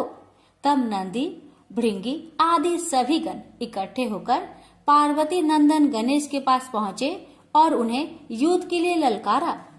शिव गणों को अपने पास आते देखकर वीर निडर व साहसी पार्वती पुत्र गणराज ने उनसे कहा कि मैं अकेला ही बालक तुम सबका मुकाबला करूंगा। मैं महाशक्ति का पुत्र, महान शक्तिधारी, तुम सबके लिए अकेला ही काफी हूँ। वह बलशाली बालक कहने लगा, आज माता पार्वती और तीनों लोकों के प्रभु शिव जी अपने गणों की शक्ति व बल भी देख लेंगे। गणेश जी कहने लगे, आज सब इस बात को जान लेंगे कि पार्वती के पुत्र और तीनों लोकों के प्रभु शिव जी के गणों में कितना बल और ताकत है। गौरा और शिव जी के नाम पर बलवान गणों का एक बालक के साथ युद्ध होगा। आप सब तो बलवान योद्धा है और आपने तो पहले भी कई युद्ध किए हैं, परंतु मेरा तो यह पहला युद्ध है। मैं अकेला बालक हूँ, फिर भी मैं युद्ध करने को तैयार हूँ। मैं आपके साथ अकेले ही युद्ध करूंगा। पर्वतराज की पुत्री पार्वती और उनके पति शिव जी के इस विवाद और बहस में जब तुम्हारी हार होगी तो तुम्हें जरूर लज्जित होना पड़ेगा और साथ ही इस अपमान का सामना माता पार्वती और महादेव जी को भी करना पड़ेगा। गणेश जी ने फिर कहा, हार और जीत हम सब गणों के बीच में नहीं है, अपितु मुझे अपनी माता अंबिका की आज्ञा पालन करने हेतु युद्ध करना है और तुम्हें अपने स्वामी और इष्ट शिव जी की आज्ञा पालन करने हेतु युद्ध करना है।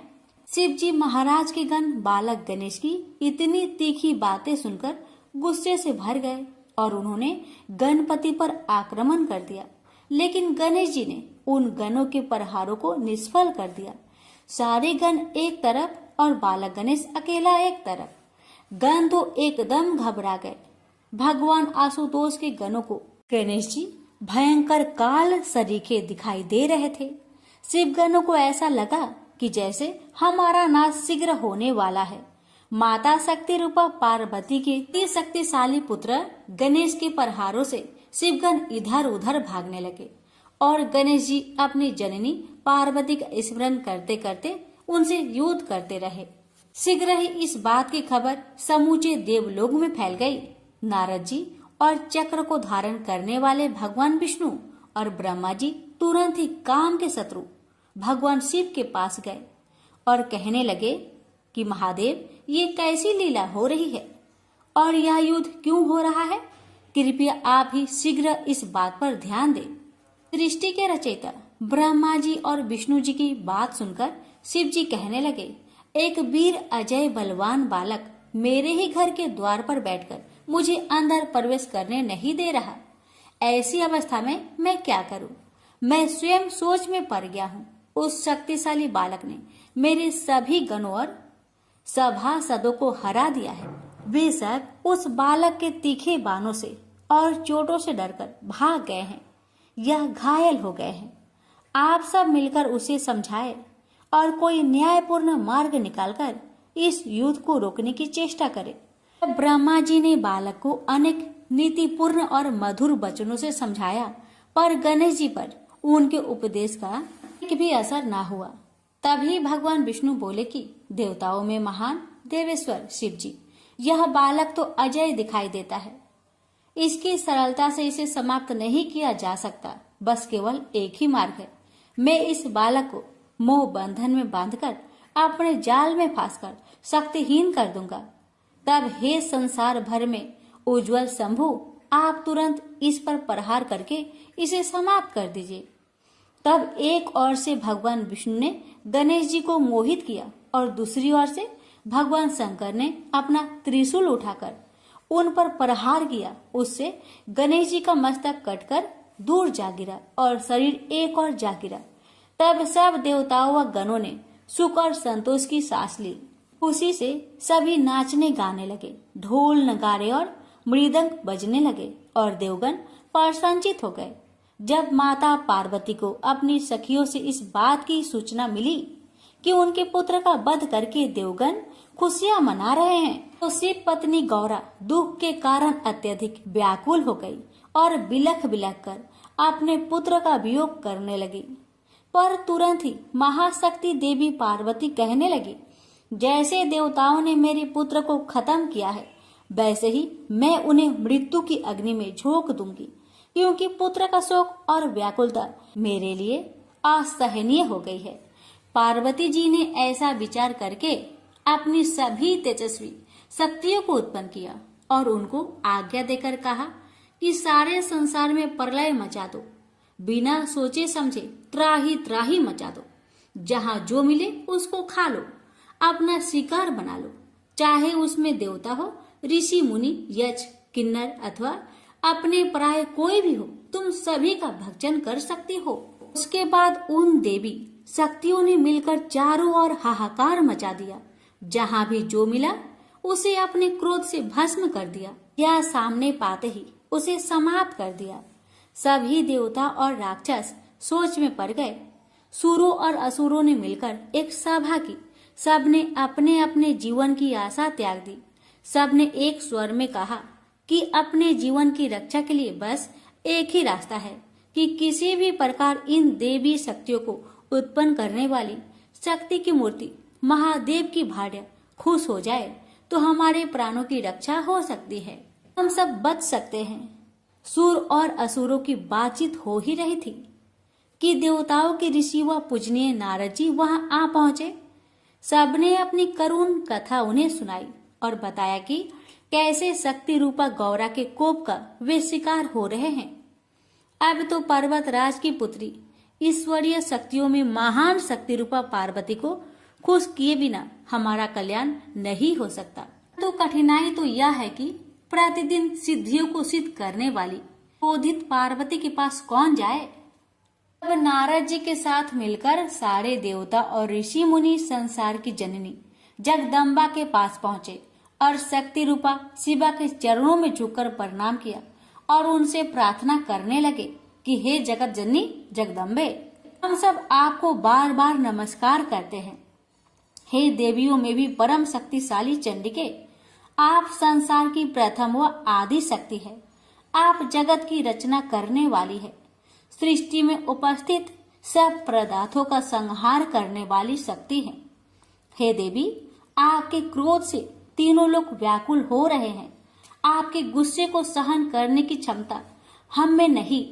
कृपया हमारी विनय प्रार्थना और स्तुति को स्वीकार करें। देवी, अपने क्रोध को शांत करें, हम पर कृपा करें। हम सब आपके चरणों में शीश झुकाते हैं। फिर सारे देवता और ऋषिगण माता भगवती के चरणों में प्रार्थना करते हुए शीश झुकाकर खड़े हो गए। उन देवगण व ऋषिगणों की विनती व स्तुति को सुनकर समस्त लोकों की देवी शिवजी की पत्नी पार्वती का हृदय भी करुणा से भरे बिना न रह सका और उनका मन द्रवित हो गया। वे कहने लगी कि यदि मेरा पुत्र गणराज फिर से जीवित हो जाए और आप देवता व ऋषियों के मध्य पूजनीय माना जाए तथा उसे सर्वाध्यक्ष पद प्रदान किया जाए, तभी मेरा क्रोध शांत हो सकता है। तभी तीनों लोकों में शांति स्थापित हो सकती है, अन्यथा नहीं। क्या था? ऋषिगण कहने लगे कि वही बात माननी चाहिए जिससे तीनों लोकों के स्वामी की पत्नी पार्वती जी को सुख मिले।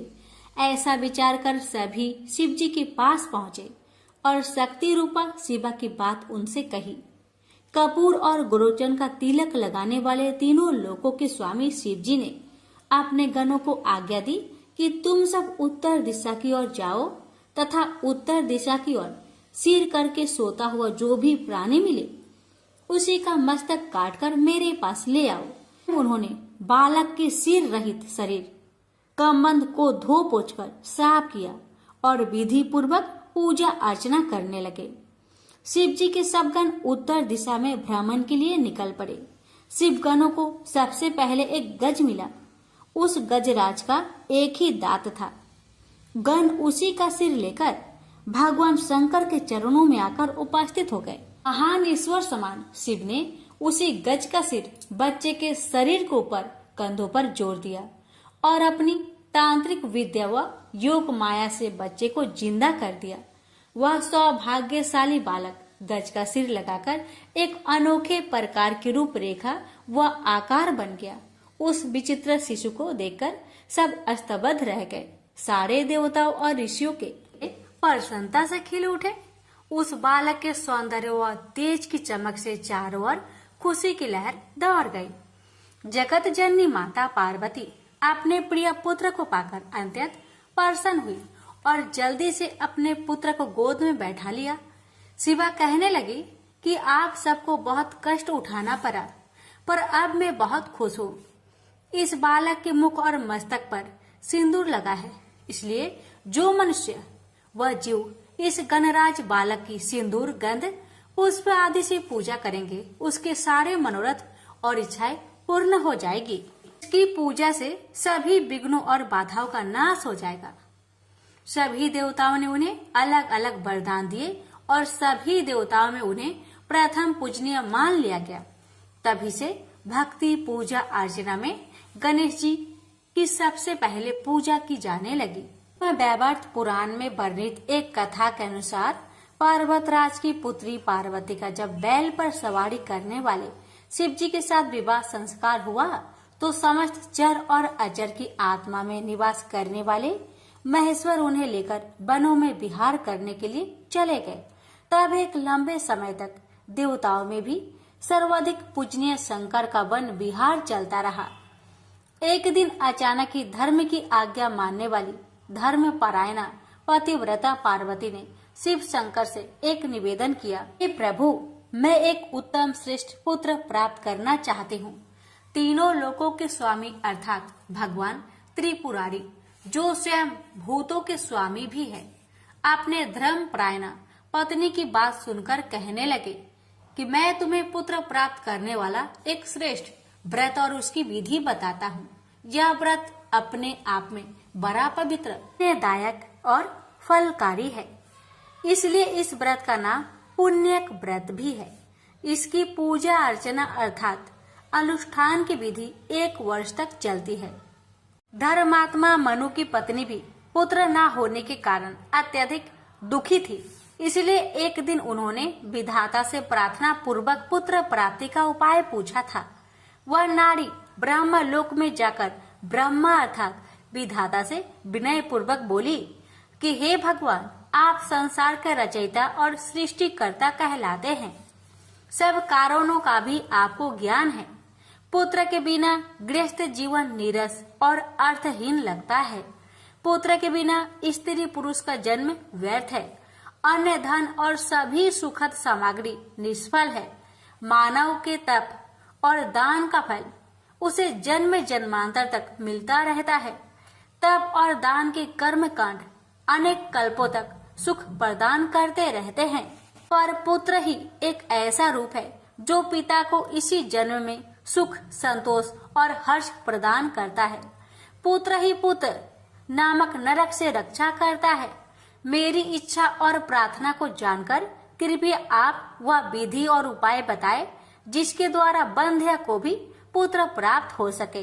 माता कहने लगे कि हे पुत्री, मैं तुम्हें एक ऐसा व्रत बताता हूँ जो समस्त इच्छाओं को पूरा करने वाला और परम सुखद है।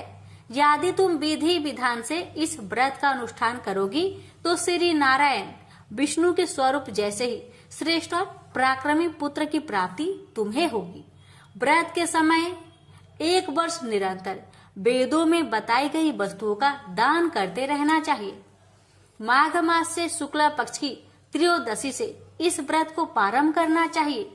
व्रत करने वाले व्रती को चाहिए कि व्रत आरंभ करने के पहले दिन द्वादशी को उपवास या व्रत रखे तथा अगले दिन त्रयोदशी प्रातःकाल ब्रह्म मुहूर्त में उठकर नित्य कर्मों को समाप्त करके श्री हरि के मंदिर में जाकर उन्हें अर्घ्य अर्थात जल चढ़ाए, पूजा अर्चना व प्रार्थना करे। फिर तुरंत घर वापस जाकर किसी सुयोग्य ब्राह्मण को आचार्य पद के लिए चुनकर भगवान विष्णु की स्तुति करते हुए मंत्रों का उच्चारण करे और फिर कलश की स्थापना कर मन में दृढ़ संकल्प कर इस व्रत का अनुष्ठान प्रारंभ करे और श्री हरि विष्णु का निरंतर ध्यान करे। के बाद हे पुत्री, अनेक प्रकार के फल, पुष्प और सुगंधित द्रव और प्रसादों से भगवान विष्णु की आराधना शुरू करनी चाहिए। कुष्मांड, श्रीफल, नारियल और जंबीर आदि फलों से श्री हरि की भक्ति करनी चाहिए। अनेक वाद्य यंत्रों का प्रयोग कर भजन गीत, संगीत और नृत्य कर श्री हरि को प्रसन्न करना चाहिए। उनकी भक्ति और वर प्राप्ति के लिए 1 लाख सुगंधित पुष्पों की माला श्री हरि को भेंट करनी चाहिए। भगवान की संतुष्टि और आनंद के लिए अनेक प्रकार के स्वादिष्ट व्यंजनों का प्रसाद बनाकर भोग लगाना चाहिए। फूल, मिश्री और तुलसी के पत्ते का मिश्रण बनाकर श्री हरि के स्थान को सुसज्जित रखना चाहिए। व्रत करने वाली स्त्री को 100 ब्राह्मण को नित्य स्वास्तिक, शुद्ध व स्वादिष्ट भोजन कराना चाहिए। भगवान शिव ने पार्वती से कहा कि हे देवी, हर दिन पूजा के समय सुगंधित फूलों से भरकर 100 अंजलियां पावन प्रभु श्री हरि को अर्पित करनी चाहिए और 100 बार शीश झुकाकर प्रणाम करना चाहिए। व्रत काल के अंतर्गत 6 महीने तक हविष्यान, यज्ञ में चढ़ाए जाने वाला अन्न अर्थात अगहनी, चावल, धान, मूंग, तिल, जौ, मटर, तिन्नी, साठी, दूध, दही, घी, घृत पक्व, पकवान, शक्कर, लौंग, जीरा, पीपल, सेंधा नमक, समुद्री नमक, भथुआ, मूली, आम, इमली, कटहल, नारंगी, केला, हरे, हरहर और आंवला आदि हबिष्यान कहे जाते हैं। व्रती को 5 मास तक फलहार, 1 पक्ष तक हबी, हरे शाकफल इत्यादि का आहार और 1 पक्ष में केवल जल पर निर्भर रहना होता है। उपयुक्त विधि से व्रत करने पर फिर उसका उद्यापन करना चाहिए। 360 डालिया सुंदर वस्त्रों, अति उत्तम उपहारों, आभूषणों, भोज्य पदार्थों और यज्ञोपवीत यानी जनेऊ से भरकर दान करें। हवन यज्ञ में 1360 घी की आहुतियां देकर प्रणाम करें। इतने ही ब्राह्मणों को श्रद्धा पूर्वक इच्छित भोजन कराकर 1 स्वर्ण मुद्रा की दक्षिणा दे। इस व्रत को करने से श्री हरि के चरणों में पक्की और पूर्ण भक्ति हो जाती है। इस प्रकार नियम पूर्वक यह व्रत करने से पराक्रमी व प्रसिद्ध पुत्र पति का सौभाग्य व सुख और अत्यधिक धन की प्राप्ति होती है। संसार के पितामह अर्थात ब्रह्मा की कृपा व प्रेरणा को पाकर 100 रूपों को धारण करने वाली शत्रुपा सती अत्यधिक प्रभावित व प्रसन्न हुई। फिर उन्होंने इस सुफल को देने वाले व्रत को विधि विधान से श्रद्धा पूर्वक किया। व्रतधारी धर्मात्मा मनु की पत्नी ने इस परम और सुभद व्रत को किया। उनके यहाँ प्रिय व्रत और उत्तानपाद नामक 2 सुंदर, तेजस्वी और यशस्वी बालक उत्पन्न हुए। प्रसिद्ध महाभाग देवहूति ने भी जब इस व्रत के महात्म्य को सुना तो उन्होंने भी इस व्रत को धारण करके श्री हरि के अंश कपिल जी को अपने पुत्र रूप में पा लिया था। देवताओं की माता कही जाने वाली अदिति के यहाँ भी वामन भगवान उत्पन्न हुए थे। इस महान और महिमाकारी व्रत के प्रभाव के कारण अनेक सौभाग्यवान और पुत्रहीन नारियां पुत्रवती हुई है। जी कहने लगे, हे प्राण भल्ले, तुम भी इस व्रत का श्रद्धा पूर्वक विधि पूर्वक भक्ति पूजा युक्त पालन करो।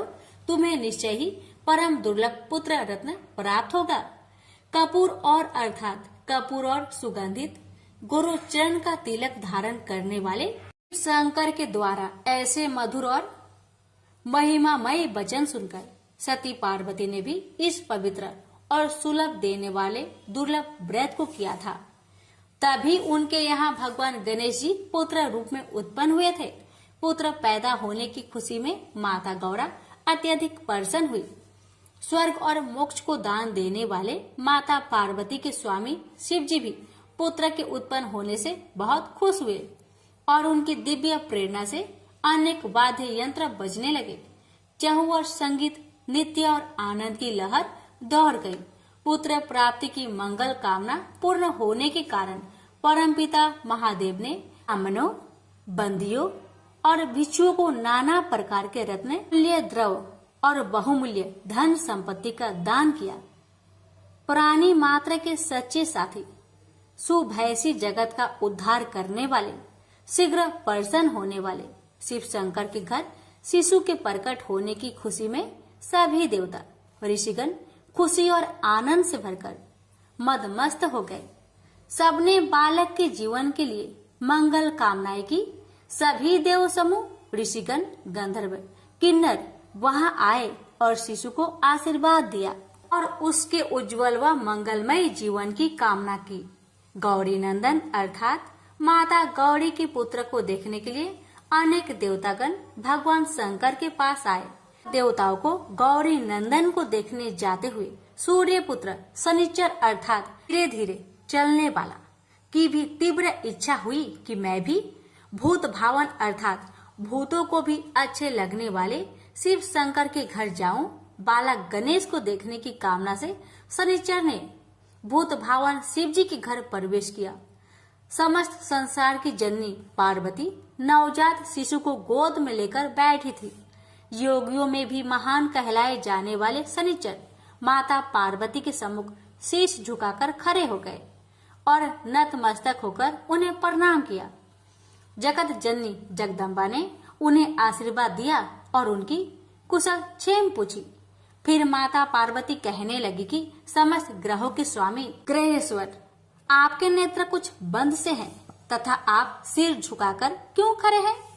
आप जब मेरे पास आए हैं तो न मेरी ओर देख रहे हैं न मेरे शिशु की ओर। इसका क्या कारण है? सूर्य के पुत्र शनिचर ने उत्तर दिया, माता, सभी प्राणी इस संसार में अपने कर्मों का फल भोगते हैं। अच्छे बुरे शुभ अशुभ कर्मों के कारण ही सुख दुख की प्राप्ति होती है। हे माते, मेरी कथा कुछ गुप्त है, वह आपके सम्मुख कहने लायक नहीं है, पर आपकी आज्ञा का उल्लंघन भी मैं नहीं कर सकता। फिर भी वह कथा मैं आपको सुनाता हूँ। शनिचर ने कहा, हे माता, मैं बचपन से ही भगवान श्री कृष्ण की चरणों की भक्ति किया करता था। सदैव उनके ध्यान में तत्लीन व मग्न रहता था। तो ऐसी अवस्था में भी मेरे पिता श्री सूर्य नारायण ने मेरा विवाह चित्ररथ की पुत्री के साथ करा दिया।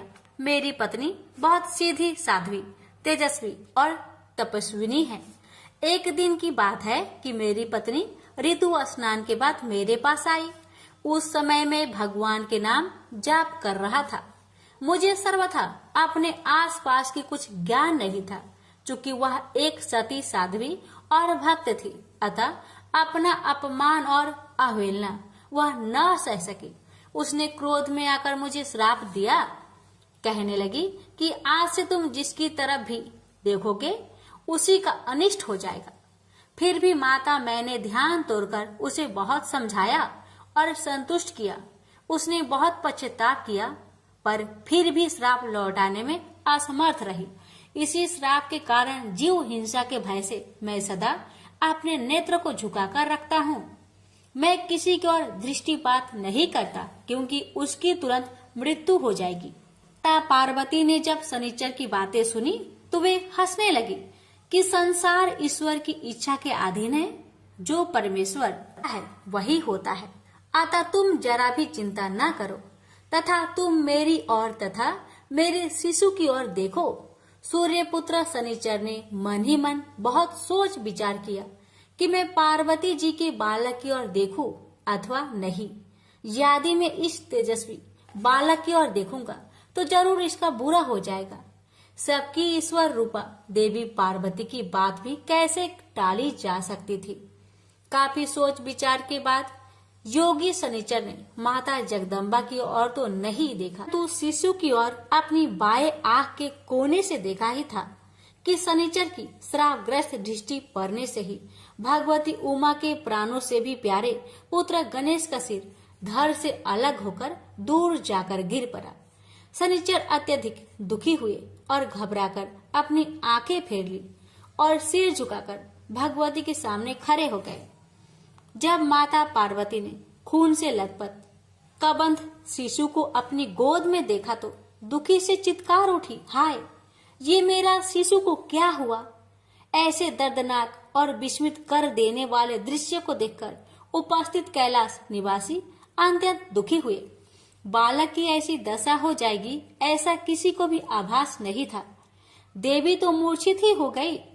खून से लथपथ मस्तक विहीन शिशु और माँ गौरा की चिंतायुक्त दशा को देखकर भगवान विष्णु तो गरुड़ पर सवार होकर तुरंत उत्तर दिशा की ओर चल पड़े। रास्ते में पुष्प भद्रा नदी के किनारे उन्होंने एक गज परिवार को आराम से सोते हुए देखा। गजेंद्र का सिर उस समय उत्तर की ओर था। चक्र पानी श्री हरि ने उस गजेंद्र का मस्तक अपने चक्र से काट डाला और उसे लेकर कैलाश पर्वत पर आ गए। भगवान नारायण ने उस मस्तक को मृत बच्चे के कमंद पर लगा दिया और फिर अपने योग माया के द्वारा उसे जीवित भी कर दिया। संसार की माया मोह को दूर करने वाली माता अंबिका को श्री हरि ने सचेत किया और उनके पुत्र को उनकी गोद में बैठाकर उन्हें प्रसन्न करते हुए कहने लगे, हे कल्याणकारी बुद्धि रूपा शिवे, ब्रह्मा से लेकर कीटन प्रयत्न तक सभी अपने अपने कर्मों का फल इस जगत में भोगने आते हैं। हे मातेश्वरी, तुम भली भांति इस बात को जानती हो, हर प्राणी अपने कर्मों का फल भोगता है। शोकाकुल उमा को समझाते हुए चक्रपाणी विष्णु ने उन्हें सत्वाना देते हुए कहा कि प्रत्येक मनुष्य को तो कर्म जनित भोग सैकड़ों युगों तक अनेक योनियों में जन्म लेकर भोगने ही पड़ते हैं। जगत में होने वाले दुख सुख भय शोक, आनंद आदि सब कर्मों का ही तो फल है। देवी, इसमें सुख तो उत्तम कर्मों का परिणाम है और दुख और भय आदि पाप कर्मों का। भगवान चक्रवाणी की मधुर वाणी सुनकर माता उमा कुछ संतुष्ट हो गई। वत्सलमयी शिवा ने श्री हरि के चरणों में प्रणाम किया। कपूर गौर शिव और माता पार्वती दोनों ने ही भगवान विष्णु की स्तुति की। शिशु को पुनः जीवित पाकर माता गौरा तो तीर्थ से विभोर हो उठी। साथ ही सारे देव समुदाय में भी आनंद व हर्ष की लहर दौड़ गई। शुभ मुहूर्त देखकर श्री हरि ने बालक का शुभ संस्कार किया और बच्चे को आशीर्वाद देते हुए भगवान विष्णु ने कहा, हे सूरश्रेष्ठ, मैंने सर्वप्रथम तुम्हारी पूजा की है, अतः हे वत्स, आज से जगत में तुम सर्वप्रथम पूजनीय व योगेंद्र हो जाओगे। शंकर के प्रिय पुत्र को प्रसन्न होकर कमल नयन विष्णु ने पुष्प माला पहनाई। हर्षनाद और आनंद से वातावरण गूंज उठा। श्री हरि ने उन्हें मोक्षदायक ब्रह्म ज्ञान और संपूर्ण सिद्धियां प्रदान की। भगवान नारायण ने रुद्रप्रिय नंदन के 8 नाम भी रख दिए। विघ्नेश, गणेश, हिरंब, गजानन, लंबोदर, एकदंत, सुप्रकर्ण और विनायक। तभी से पार्वती पुत्र गजमुख अग्र रूप में पूजनीय माने जाते हैं। प्रेम से बोलिए गणेश महाराज की जय। गणेश जी की अग्र पूजा क्यों की जाती है? ऋषियों मुनियों ने सूत जी से निवेदन किया, हे सूत जी, अब आप पहले यह बताएं कि गणेश जी की अग्र पूजा क्यों की जाती है, किसी अन्य देवता की क्यों नहीं? श्री सूत जी बोले, हे ऋषियों, यह भी एक रहस्य ही है कि अधिकार मांगने से नहीं मिलता, इसके लिए योग्यता आवश्यक है। संसार में जो देवी देवता जिसका इष्ट देव होता है वही उसी की पूजा करता है। परिणामतः बड़े देवताओं के महत्व में कम होने की आशंका हो गई है, इसलिए देवताओं में विवाद हुआ। निर्णय के लिए वे शिव जी के पास पहुंच गए और उन्हें प्रणाम करके पूछा कि हे प्रभु, हम सब में अग्र पूजा का अधिकारी आप किसे मानते हैं? इस प्रश्न से शिव दुविधा में पड़ गए कि किसे अग्र पूजा अधिकारी माना जाए। तभी उन्हें एक उपाय सूझा। वे बोले, देवगण, इसके लिए सभी देवताओं को एक प्रतियोगिता में भाग लेना होगा। देवताओं को चिंतित देख शिव ने सत्वाना भरे शब्दों में कहा, घबराओ मत, प्रतियोगिता इतनी ही है कि सभी अपने अपने वाहनों पर सवार होकर पृथ्वी की परिक्रमा करके और फिर यहाँ लौट आए। जो पहले लौटेगा वही अग्र पूजा का अधिकारी माना जाएगा। सभी देवता अपने अपने वाहन पर सवार होकर दौड़ पड़े। गणेश जी का वाहन था मूषक।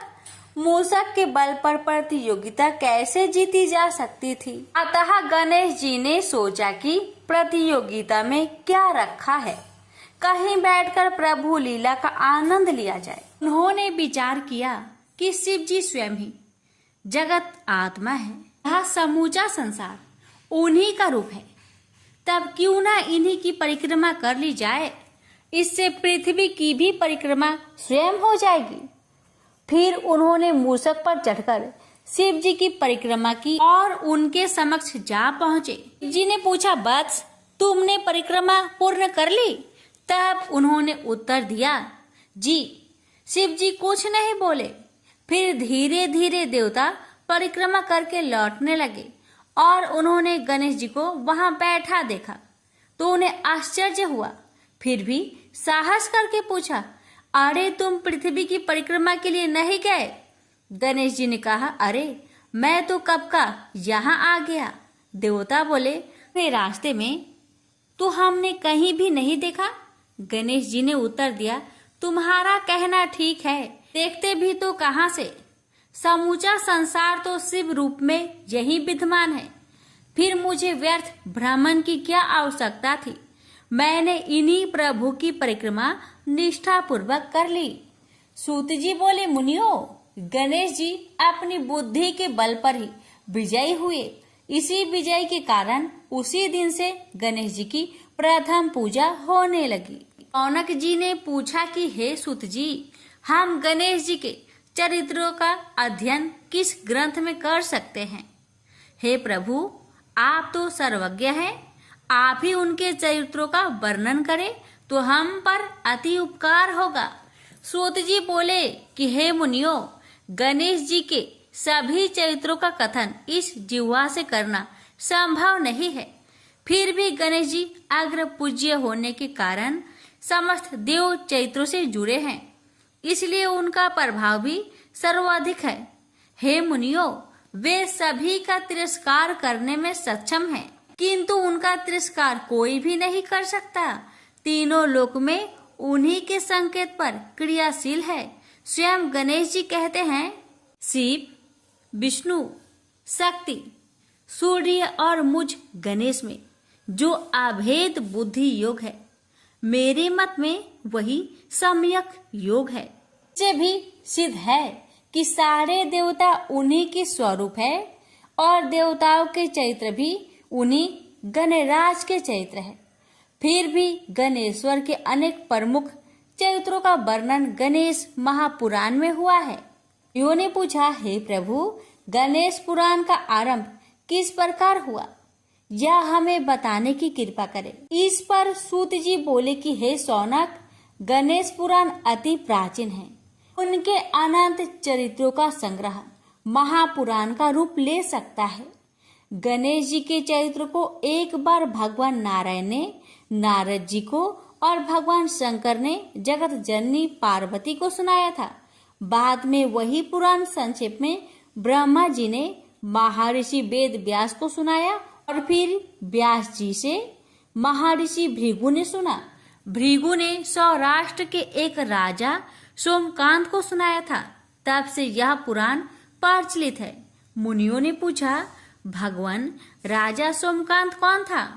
उसने महर्षि भृगु से गणेश पुराण का श्रवण कहाँ किया था?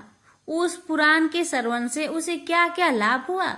हे नाथ, हमारी श्री गणेश्वर की कथा के प्रति उत्कंठा बढ़ती ही जा रही है। सूत जी बोले कि हे मुनियो, सोमकांत सौराष्ट्र के देवनगर का राजा था। वह अपनी प्रजा का पुत्रवत पालन करता था। वह वेद ज्ञान संपन्न, शास्त्र विद्या में निपुण एवं प्रबल प्रतापी, अत्यंत वैभवशाली राजा था। उसका ऐश्वर्य कुबेर से भी ऐश्वर्य को लज्जित करता था। उसकी पत्नी अत्यंत रूपवती, गुणवती, धर्मज्ञ एवं पतिव्रत धर्म का पालन करने वाली थी। वह सदैव अपने स्वामी की सेवा में तत्पर रहती थी। उसका नाम सुधर्मा था। रानी की भक्ति ही राजा भी एक पत्नी व्रत का पालन करने वाला था। उसके हेमकांत नाम एक सुंदर पुत्र था। वह भी पिता की भांति होनहार था। इस प्रकार राजा सोमकांत सब तरह से सुखी था। सभी राजागण उसका हार्दिक सम्मान करते थे तथा उसकी श्रेष्ठ कृति भी संसार व्यापी थी। परंतु युवा अवस्था के बाद सोमकांत को कुष्ठ रोग हो गया। अनेक उपचार के बाद भी कोई लाभ नहीं हुआ। जब रोग की अधिक तीव्रता होने लगी और उसका कोई उपाय न हो सका तो राजा ने अमात्यों को बुलाकर कहा कि सुब्रतो, जाने किस कारण यह रोग मुझे पीड़ित कर रहा है। अवश्य ही यह किसी पूर्व जन्म के पाप का फल होगा। अतः मैं अपना समस्त राजपाट छोड़कर अब वन में वास करूंगा। मेरे पुत्र हेमकांत को आप मेरे समान मानकर राज्य शासन का धर्म पूर्वक संचालन करते रहे। फिर राजा ने शुभ मुहूर्त में पुत्र हेमकांत को राज्य पद पर अभिषिक्त कर अपनी पत्नी सुधर्मा के साथ निर्जन वन की ओर प्रस्थान किया। प्रजा ने राजा को राज्य की सीमा तक पहुंचाया। प्रजा के नेत्र अश्रुपूरित थे।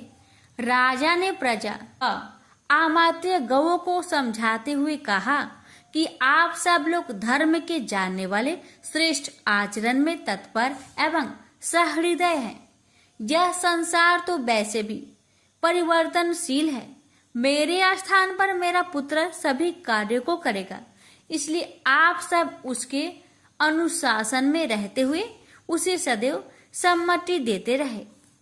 फिर पुत्र से कहा, बेटा, हमारे पूर्वज भी परमात्मागत रूप से वृद्ध अवस्था आने पर वन में जाते रहे हैं। मैं कुछ समय पहले ही वन में जा रहा हूँ। यदि कुछ वर्ष बाद जाऊं तब भी मोह का त्याग ही करना होगा। इसलिए हे वत्स, तुम दुखी मत हो और मेरी आज्ञा मानकर राज्य शासन को ठीक प्रकार से चलाओ। इस प्रकार राजा सोमकांत ने सभी को समझा बुझाकर और स्वयं ने अपनी पतिव्रता भार्या के साथ वन में प्रवेश किया। पुत्र हेमकांत के आग्रह से उसने सुबल और ज्ञान गम्य को आमतियों को भी साथ ले लिया। उन सब ने एक सुंदर स्थान पर विश्राम किया। तभी उन्हें एक मुनि कुमार दिखाई दिए। राजा ने उससे पूछा, तुम कौन हो, कहाँ रहते हो? यदि उचित समझो तो मुझे बताओ। मुनि कुमार ने मधुर वाणी में कहा कि मैं महर्षि भृगु का पुत्र हूँ। मेरा नाम चवन्य है। हमारा आश्रम पास में ही है। अब आप बताइए कि आप कौन हैं? राजा ने कहा कि मुनि कुमार, मैं सौराष्ट्र के देवनगर का राजा हूँ। अब अपने पुत्र को राज्य देकर मैंने वन की शरण ली है। मैं कुष्ठ रोग से पीड़ित हूँ। इसका कोई उपचार हो तो कृपया मुझे बताएं। मुनि कुमार ने कहा कि मैं अपने पिताजी को आपके बारे में बताता हूँ, फिर वे जैसा कहेंगे मैं आपको बताऊंगा। ऐसा कहकर मुनि कुमार चला गया और कुछ देर में लौटकर बोला कि राजन, पिताजी की आज्ञा अनुसार आप तब मेरे साथ आश्रम में चलकर उनसे भेंट करें, तभी आपके रोग के विषय में भी विचार किया जाएगा। राजा अपनी पत्नी और आमातियों सहित चवन्य के साथ भृगु आश्रम में पहुंचा और भृगु ऋषि को प्रणाम करके बोला, हे भगवान, मैं आपकी शरण में हूँ, आप मुझ कुष्ठ पर कृपा करें। महर्षि बोले, राजन, यह तुम्हारे किसी पूर्व जन्म कृत पाप का ही उदय हुआ है। इसका उपाय मैं तुम्हें कल बताऊंगा। आज तुम यहीं विश्राम करो। महर्षि की आज्ञा अनुसार सबने स्नान भोजन आदि के उपरांत रात्रि व्यतीत की और प्रातः स्नान आदि नित्य कर्मों से निवृत्त होकर महर्षि की सेवा में उपस्थित हुए। महर्षि ने कहा, राजन, मैंने तुम्हारे पूर्व जन्म का वृत्तांत जान लिया है। तुम पूर्व जन्म में एक धनवान वैश्य के लड़के पुत्र थे। वह वैश्य विंध्याचल के निकट कोल्हार नाम ग्राम में निवास करता था। उसकी पत्नी का नाम सुलोचना था। तुम्हारा नाम कामद था। तुम्हारा लालन पालन बड़े ही लाड़ प्यार से हुआ। उन्होंने तुम्हारा विवाह एक अत्यंत सुंदरी वैश्य कन्या से कर दिया था, जिसका नाम कुटुम्बिनी था। यद्यपि तुम्हारी भार्या सुशीला थी और तुम्हें सदैव धर्म में निरत देखना चाहती थी, किंतु तुम्हारा स्वभाव वासनांध होने के कारण दिन प्रतिदिन उछलखल होता जा रहा था। लेकिन माता पिता भी धर्म परायण होने से उनके सामने तुम्हारी उछलखलता दबी रही। कालांतर में माता पिता की मृत्यु के बाद तुम निरंकुश हो गए और अपनी पत्नी की बात भी नहीं मानते थे। तुम्हें अनाचार में प्रवृत्त देखकर उसे दुख होता था, लेकिन उसका कुछ बस न चलता था। तुम्हारी उन्मत्ता चरम सीमा पर थी। अपनों से भी देश और क्रूरता का व्यवहार किया करते थे। हत्या आदि करा देना तुम्हारे लिए सामान्य बात थी। पीड़ितों ने तुम्हारे विरुद्ध राजा से पुकार की। अभियोग चला और तुम्हें राज्य की सीमा से बाहर कर दिया गया। तुम किसी निर्जन वन में जाकर रहने लगे। उस समय तुम्हारे कार्य लोग को लूटना और हत्या करना ही रह गया। एक दिन मध्य काल में गुणवर्धक नामक एक विद्वान ब्राह्मण युवक उधर से निकला। वह अपनी ससुराल जा रहा था। तुमने उस ब्राह्मण युवक को पकड़कर लूट लिया और प्रतिरोध करने पर उसे मारने लगे। तो वह चित्कार करने लगा, मुझे मत मार, मत मार, देख मेरा दूसरा विवाह हुआ है, मैं पत्नी को लेने के लिए जा रहा हूँ। किंतु तुमने उसकी बात सुनकर भी नहीं सुनी। अंत में मरते समय उसने तुम्हें श्राप दिया, अरे हत्यारे, मेरी हत्या के पाप से तू सहस्त्र कल्प तक घोर नरक भोगेगा। इस प्रकार उस जन्म में तुमने घोर पाप कर्म किए थे, किंतु बुढ़ापे में तुम्हारे साथ जो क्रूर कर्मा थे वे भी किनार कर गए। महर्षि भृगु ने कहा कि राजन, अब तुम निरालंब थे, भूख से पीड़ित रहने के कारण रोगों ने भी घेर लिया था। उधर से जो कोई भी निकलता तुम्हें घृणा की दृष्टि से देखता और चलता बनता। तब तुम आहार खोजते हुए बड़ी कठिनाई से चलकर एक जीर्ण चीर्ण देवालय में पहुंचे। उसमें भगवान गणेश्वर की प्रतिमा विद्यमान थी। तब ना जाने किन पुण्यों के कारण तुम्हारे मन में गणेश जी के प्रति भक्ति भाव पैदा हुआ। तुम निराहार रहकर उनकी उपासना करने लगे। उससे तुम्हें सब कुछ मिला और रोग भी थोड़ा कम हो गया। राजन, तुमने अपने साथियों की दृष्टि से बचाकर बहुत सा धन एक स्थान पर गाड़ दिया। उसी धन को तुमने बाद में देवालय के जीर्णोद्वार में लगा दिया। इस कारण तुम्हारी प्रसिद्धि हुई। फिर यथा समय तुम्हारी मृत्यु हुई। तब यमदूत तुम्हें पकड़कर यमराज के सामने ले गए। यमराज तुमसे बोले, जीव, तुमने पाप और पुण्य दोनों ही किए हैं और दोनों का ही भोग तुम्हें भोगना है। किंतु पहले तुम पाप का फल भोगना चाहते हो या पुण्य का? इसके उत्तर में तुमने प्रथम अपने पुण्य कर्मों के भोग की इच्छा प्रकट की, इसलिए तुम राजकुल में जन्मे हो। पूर्व जन्म में तुमने भगवान गणाध्यक्ष का सुंदर एवं भव्य मंदिर बनवाया था। उसके प्रभाव से तुम्हें सुंदर देह मिली है। इतना कहकर महर्षि भृगु मौन हो गए, क्योंकि उन्होंने देखा कि राजा को इस वृत्तांत पर शंका हो रही थी।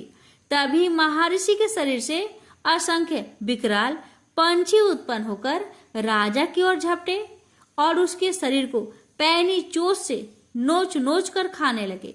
राजा पीड़ित हो महर्षि भृगु से प्राण रक्षा की प्रार्थना करने लगा। राजा के अवर्त वचन सुनकर महर्षि ने सत्वाना देते हुए कहा, राजन, तुमने मेरे वचनों में शंका की थी और जो मुझे सत्यवादी के कथन में शंका करता है उसे खाने के लिए मेरे शरीर से इसी प्रकार पंछी प्रकट हो जाती है, जो कि मेरे हुक्कार करने पर भस्म हो जाया करते हैं। ऐसा कहकर महर्षि ने हुक्कार की तो सभी पंछी भस्म हो गए। राजा श्रद्धाभिभूत होकर आश्रुपात करता हुआ बोला, प्रभु, आप उस पाप से मुक्त होने का उपाय बताए। महर्षि ने कहा, राजन, तुम पर भगवान गणेश्वर की कृपा सहज रूप से है और वे ही सर्वसमर्थ है, इसलिए तुम उनके पाप नाशक चरित्रों का श्रवण करो। गणेश पुराण में उनके प्रमुख चरित्रों का भली प्रकार वर्णन हुआ है। अतः तुम श्रद्धा भक्ति पूर्वक उसी को सुनने में अपने चित्त को लगाओ। राजा ने प्रार्थना की, महामुने, मैंने गणेश पुराण का नाम भी आज तक नहीं सुना, तो उनके चरित्रों को सुनने का सौभाग्य कैसे प्राप्त कर सकूंगा? नाथ, आपसे अधिक ज्ञानी और प्रकांड विद्वान और कौन हो सकता है? आप ही मुझ पर कृपा कीजिए। महर्षि ने राजा की दीनता देखकर उनके शरीर पर अपने कमंडल का मंत्र भी मंत्रित जल छिड़का। तभी राजा को एक छींक आई और नासिका से काले वर्ण का एक सूक्ष्म पुरुष बाहर निकला। देखते देखते वह बढ़ता चला गया। उसके विकराल रूप को देखकर राजा कुछ भयभीत हुआ, किंतु समस्त आम्रवासी वहां से भाग गए। वह पुरुष महर्षि के समक्ष हाथ जोड़कर खड़ा हो गया। महर्षि भृगु ने उसकी ओर देखा और कुछ ऊंचे स्वर में बोले, तुम कौन है? क्या चाहता है? बोला, मैं साक्षात पाप हूँ। समस्त पापियों के शरीर में मेरा निवास है। आपके मंत्र भी मंत्रित जल के स्पर्श से मुझे विवश होकर राजा के शरीर से बाहर निकलना पड़ा। अब मुझे बड़ी भूख सता रही है, बताइए क्या खाऊं और कहाँ रहूं। महर्षि बोले, तू उस आम के पेड़ के खाली स्थान में निवास कर और उसी वृक्ष के पत्ते खाकर जीवन निर्वाह कर। यह सुनते ही वह पुरुष आम के वृक्ष के पास पहुंचा तो उसके स्पर्श मात्र से वह वृक्ष जलकर भस्म हो गया। फिर जब पाप पुरुष को रहने के लिए कोई स्थान दिखाई न दिया तो वह भी तिरोहित हो गया। महर्षि भृगु बोले, राजन, कालांतर में यह वृक्ष पुनः अपने उसी रूप को धारण करेगा। जब तक यह पुनः उत्पन्न न हो तब तक मैं तुम्हें गणेश पुराण का श्रवण कराता रहूंगा। पहले तुम पुराण श्रवण के संकल्प के साथ आदि देव गणेश जी का पूजन करो, तब मैं गणेश पुराण की कथा आरंभ करूंगा। महर्षि के आदेश अनुसार राजा ने पुराण श्रवण का संकल्प किया। उसी समय राजा को अनुभूति हुई, उसकी समस्त पीड़ा दूर हो गई। दृष्टि डाली तो कुष्ठ रोग अब कहीं कोई चिन्ह भी शेष नहीं रह गया था। अपने को पूर्व रूप से रोग रहित एवं पूर्वत सुंदर हुआ देख राजा के आश्चर्य की सीमा ना रही और उसने महर्षि की चरण पकड़कर निवेदन किया कि प्रभु, मुझे गणेश पुराण का विस्तार से श्रवण कराए। प्रेम से बोलिए जय श्री गणेश। प्यारे भक्तों, श्री गणेश पुराण की कथा का समापन करते हैं। इसके आगे की कथा अगले वीडियो में अवश्य सुनिएगा। गणेश जी महाराज आप सभी भक्तों की हर मनोकामना को पूर्ण करें। जय श्री गणेश।